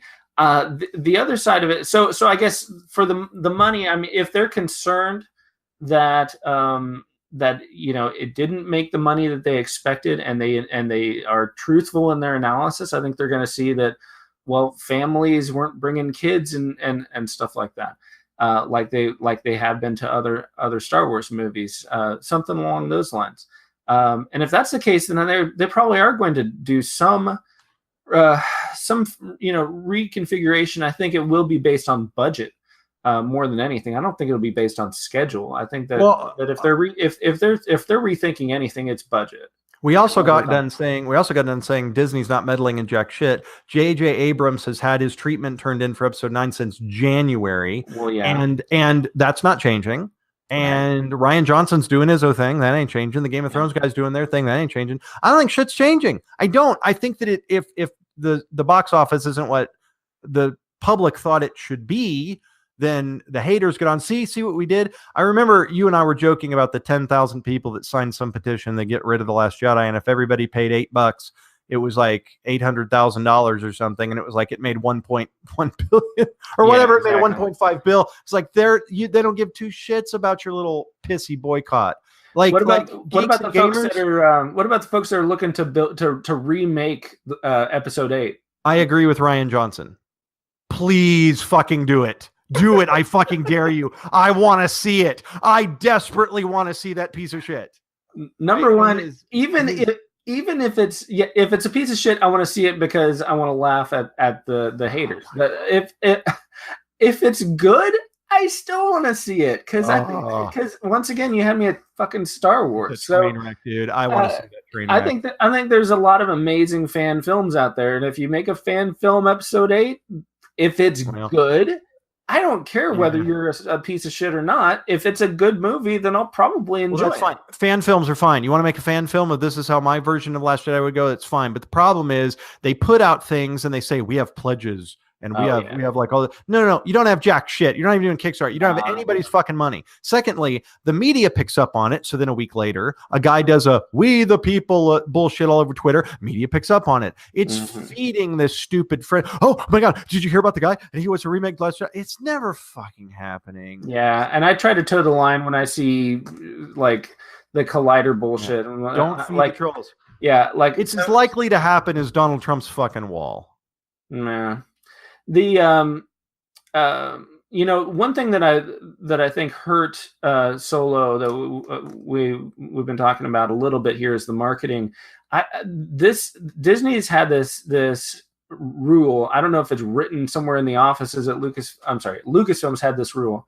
I don't know if it's been written in the offices there at Kathleen Kennedy or if it's just been unwritten. But they don't like to step on their own stuff's window, right?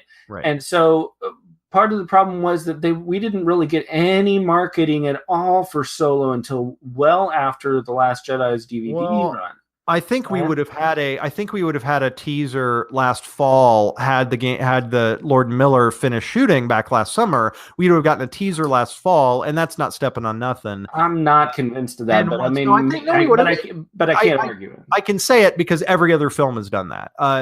Rogue One's was we've never had it to the point where we haven't had it to the point where the movies are so close. But one way or another, this is what we had. This is what we had. But I think once it got to the point where Howard was going to not have enough to cut a teaser together till they were right on top of The Last Jedi. He says, wait, I agree. So what do you think? Do you think because we're going to have, the Solo DVD out here before too long, are we going to see it on the same schedule as The Force Awakens as far as the marketing for Episode 9?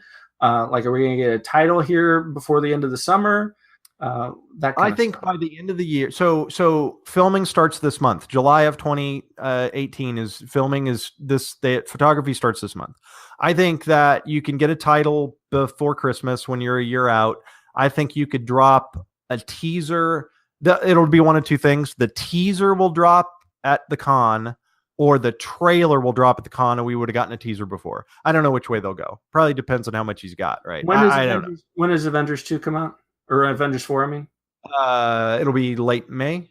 So a month and 2 months after the Star Wars convention. So we'll probably do trailer at the convention, teaser at the convention and trailer. Maybe. I don't know.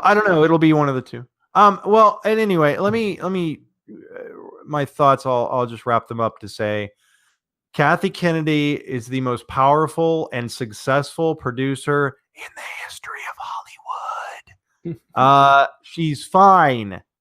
And if Disney's board is stupid enough to have her removed, she will get snatched up in less than 24 hours by anyone else who wants her and pay her gabillions of dollars to kick ass. So that's ridiculous. She's going nowhere. Star Wars fan. And to sum it up, I'd say it's fine. I don't mind a lot of Star Wars. I don't agree with even some people on the round table that it needs to slow down. I don't think it does. I just think it needs to be done smartly. And the only thing that hurt Solo really was the fact that it'd be made twice, so it doubled their budget, and then Infinity War is bigger than they thought it was going to be. Now, I do think they were trying to figure that out. I think they actually were trying to make it a guinea pig on purpose, and then they'll let it inform what they do. But my point is, it's part of the plan. It's all okay. No big deal. Go ahead. I got other stuff to say, so if you're going to jump in, go ahead. 1,000 points of light, stay the course. No. But the man, I just derailed my own thing. What I'm thinking is, one good point that was made is which I don't know that I agree with it or not, but something that was brought up on the round table here was the back and forth of the prequels and the inner, the episode. It's using the audience for jumping around. Yeah. What do you think about that? I disagree with it. I don't think it's a big deal. And I know it's not a big deal because I've talked to, I took a group of over 40 people to see the standalones, the saga films, the prequels. And not one person, including my 65-year-old mother, had any problem following anything. All they ask is, so where's this take place? Oh, right about here. Cool. I'm good. Yeah. Like it's not, and it's not going to confuse my nephew when I go, hey, we're going to go see Han and Chewie. Cool. Han and Chewie. We're in. Yeah, exactly. I agree that it even if it is an issue, it shouldn't be an issue. And I think that Lucasfilm should just keep on going because, okay, Marvel has got us on this timeline. That's great for Marvel. Marvel's about to back up. Ant-Man and the Wasp takes place before Infinity War, and Captain Marvel takes place 20 years before it. Well, yeah, there you go. But I think Star Wars, we just need to get used to Star Wars jumping around. And they already are doing that between TV and movies, and Lord knows we got books all over the place. So well, I think, and as we're going to get more and more, we're going to get the Disney streaming service. So we're going to get the Jon Favreau series, I think, is going to be coming on that. Who knows what timeline that's going to be? Who knows what timeline that's going to be in relation to the other two movie series at this point, the Rian Johnson and the Game of Thrones guys. There's no reason for them to stop at this point, jumping around, because frankly, that would be a missed opportunity. If they're committed to a single timeline, that's great, but I don't think there's any reason to stop jumping. No. And your proof that I don't think they care is the end of Solo. Like that. Yeah. The end of Solo and some things that happen in Solo make references to things before, after, and during, and everyone followed it fine. So yeah. Now so I think we have a continuous universe in time and space, and I'm just fine with it.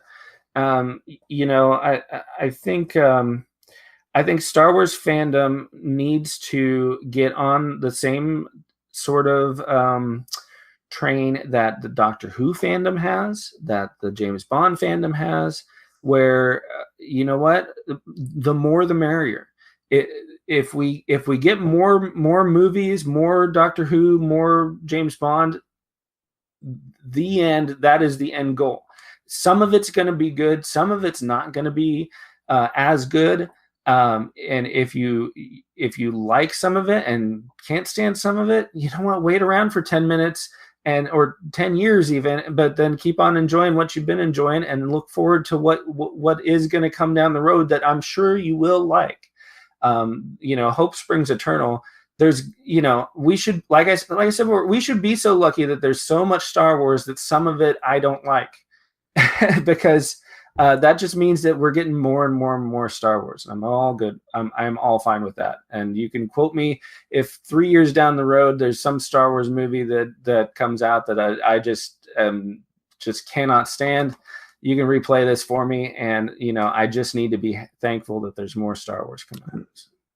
Now, before I kind of wrap my thought, the reason I disagree with Phil is I think if you change your plan now or you slow down, you're placating the vocal minority. Yeah. And I think there's room for so much Star Wars. Will they all do 1.5 bill? No, not if you bring them out all that often. Or maybe the big saga ones will, or everyone will key on the Game of Thrones trilogy and like it a little more than Johnson's. It'll do bigger. Fuck, I don't know. I don't give a shit. But I'm with you. More the merrier. Yeah, so I think Star Wars, I think Lucasfilm's fine, Kennedy's fine, stay the course, everything's cool. But what I will also say is I do believe in my heart of hearts this is a very vocal minority. Everyone seemed to agree at that. This is not, Hooley was saying 20%, but everybody, whether it's 20, 10, or 5, it's a minority. They're a vocal minority. It was one of the first things even Chris and Phil said when the whole thing started. We took over 40 people to see The Last Jedi and over 30 people to see Solo, representing people who don't follow Star Wars, casual fans, just fans of the movies like Kevin, and diehard nutballs like you and me. And not one person in either moment didn't love the movie.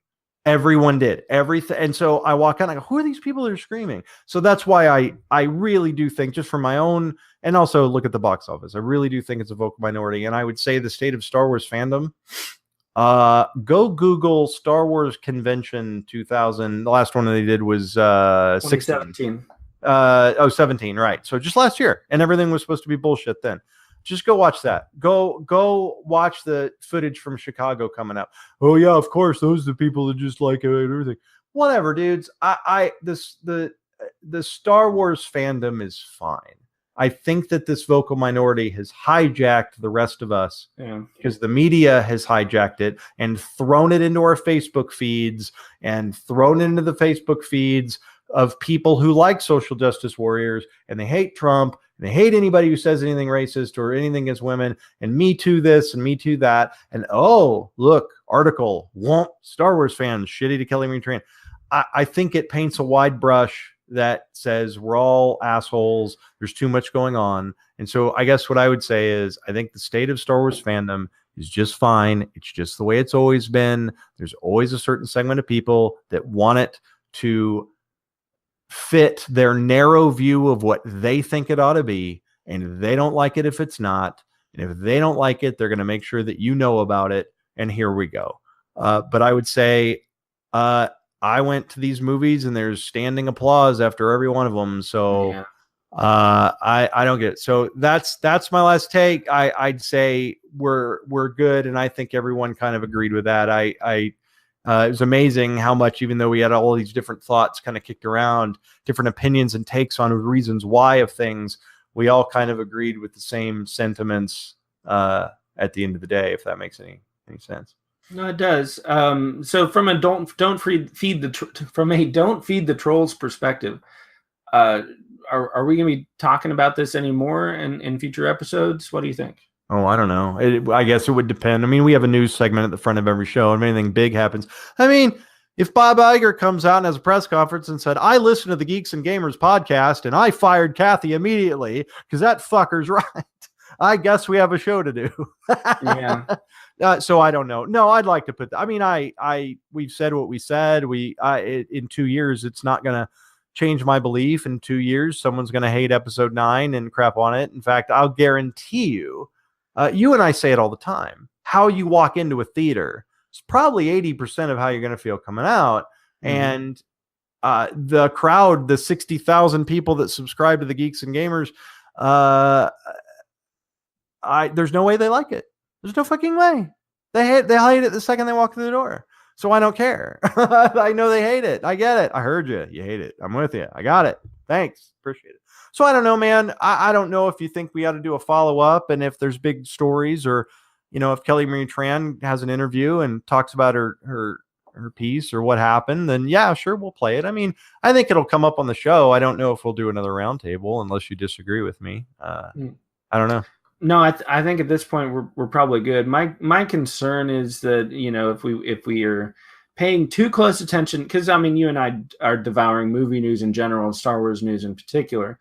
But if we keep clicking on the clickbait like this, and if our listeners do too, then it's not going to go away.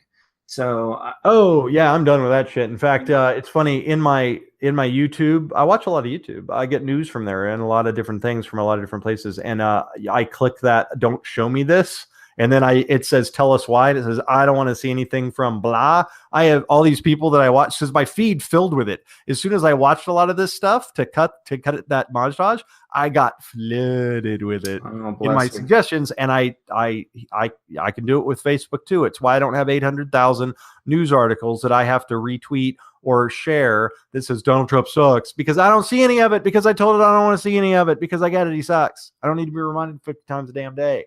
So same with this. I killed it. I'm not going to help them. I ain't helping them with any more views. Damn it. I'm done. Right. And I would say, I agree. Don't feed the trolls. They've created an echo chamber, and the people watching those videos are the people that agree with them anyway, and they're not going to be swayed anyway. So who cares? So yeah, I'm with you. I'm dead. Very good. Well, hopefully some of the people that are listening to this follow suit, and we can just kind of starve that particular medium if we can help it. But that'd be nice. I at least am proud to have a long form discussion, very intelligent conversation with very intelligent people who come at this from all kinds of directions. Some people who have had Star Wars mired in their lives to the point they have shows about it. Like, not even this show is about Star Wars alone. It's about every movie there is. And all the way to people like Kevin, who's like showing his 8-year-old these things for the very first time. And we had a mix. Everybody was cool. Everybody treated both sides with reverence and respect. And I think we all agree that people throwing that venom suck. And as Ian said, they're assholes. and that's the way some of them are going to be. And so be it. But I'm proud of this show. I really am. I'm proud it exists. And I'm glad that in that rock throwing world that is social media and YouTube, where both sides are just flaming rocks. Well, Star Wars sucks. Well, you suck because you think it sucks. Like this whole bunch of crap going on. I'm glad ours is a beaming light of, it's better to light a candle than to curse the darkness, right? And I think we lit a candle today, and I'm very proud of it. So I'd like to think so. Yeah. So very good. And so we want to hear. We don't want the dialogue about this to stop, right? So we want people to find us on Facebook, correct? Absolutely. No, I do. I'd love your reaction to the show, and be civil, and you can disagree with everything that everybody said, and that's cool. Just be civil. But no, you find us, our main place to find us is Facebook at facebook.com/movie defenders. You can tweet us at movie defenders and email us at themoviedefenders@gmail.com and reach out, let us know. I'd love to have two things. I'd love to have listener requests for movies to talk about, and I would love to have feedback into Star Wars fandom and this show, and if this show kind of, I don't know, pushed any buttons or shed light on some things, or if you found, I don't know, maybe some people find that the Infinity War writers saying, we don't hear from Bob Iger at all, like, maybe that was interesting. Who knows? But yeah, we'd love to absolutely hear from each and every one of you. Yeah, and we love reading listener communication to it, on the air as well. So absolutely. Well, man, I've said everything I could say on the subject, so I think we're good. Very good. All right, well, time to head out. So Thanks to everybody that joined us today from the roundtable. Thanks so much to Chris, GM Chris, GM Phil, Chris Hunt, Kevin Wolfe, GM Hooley. Sorry to some of the ones that we couldn't get on, but that's okay. We may be able to kind of catch up with some people later. But thanks so much to everybody, and much love to D20 Radio Network. Thanks to everybody so much. And for the Movie Defenders, I'm Scott. I'm Donald. All right, take care, guys. Peace. May the Force be with you.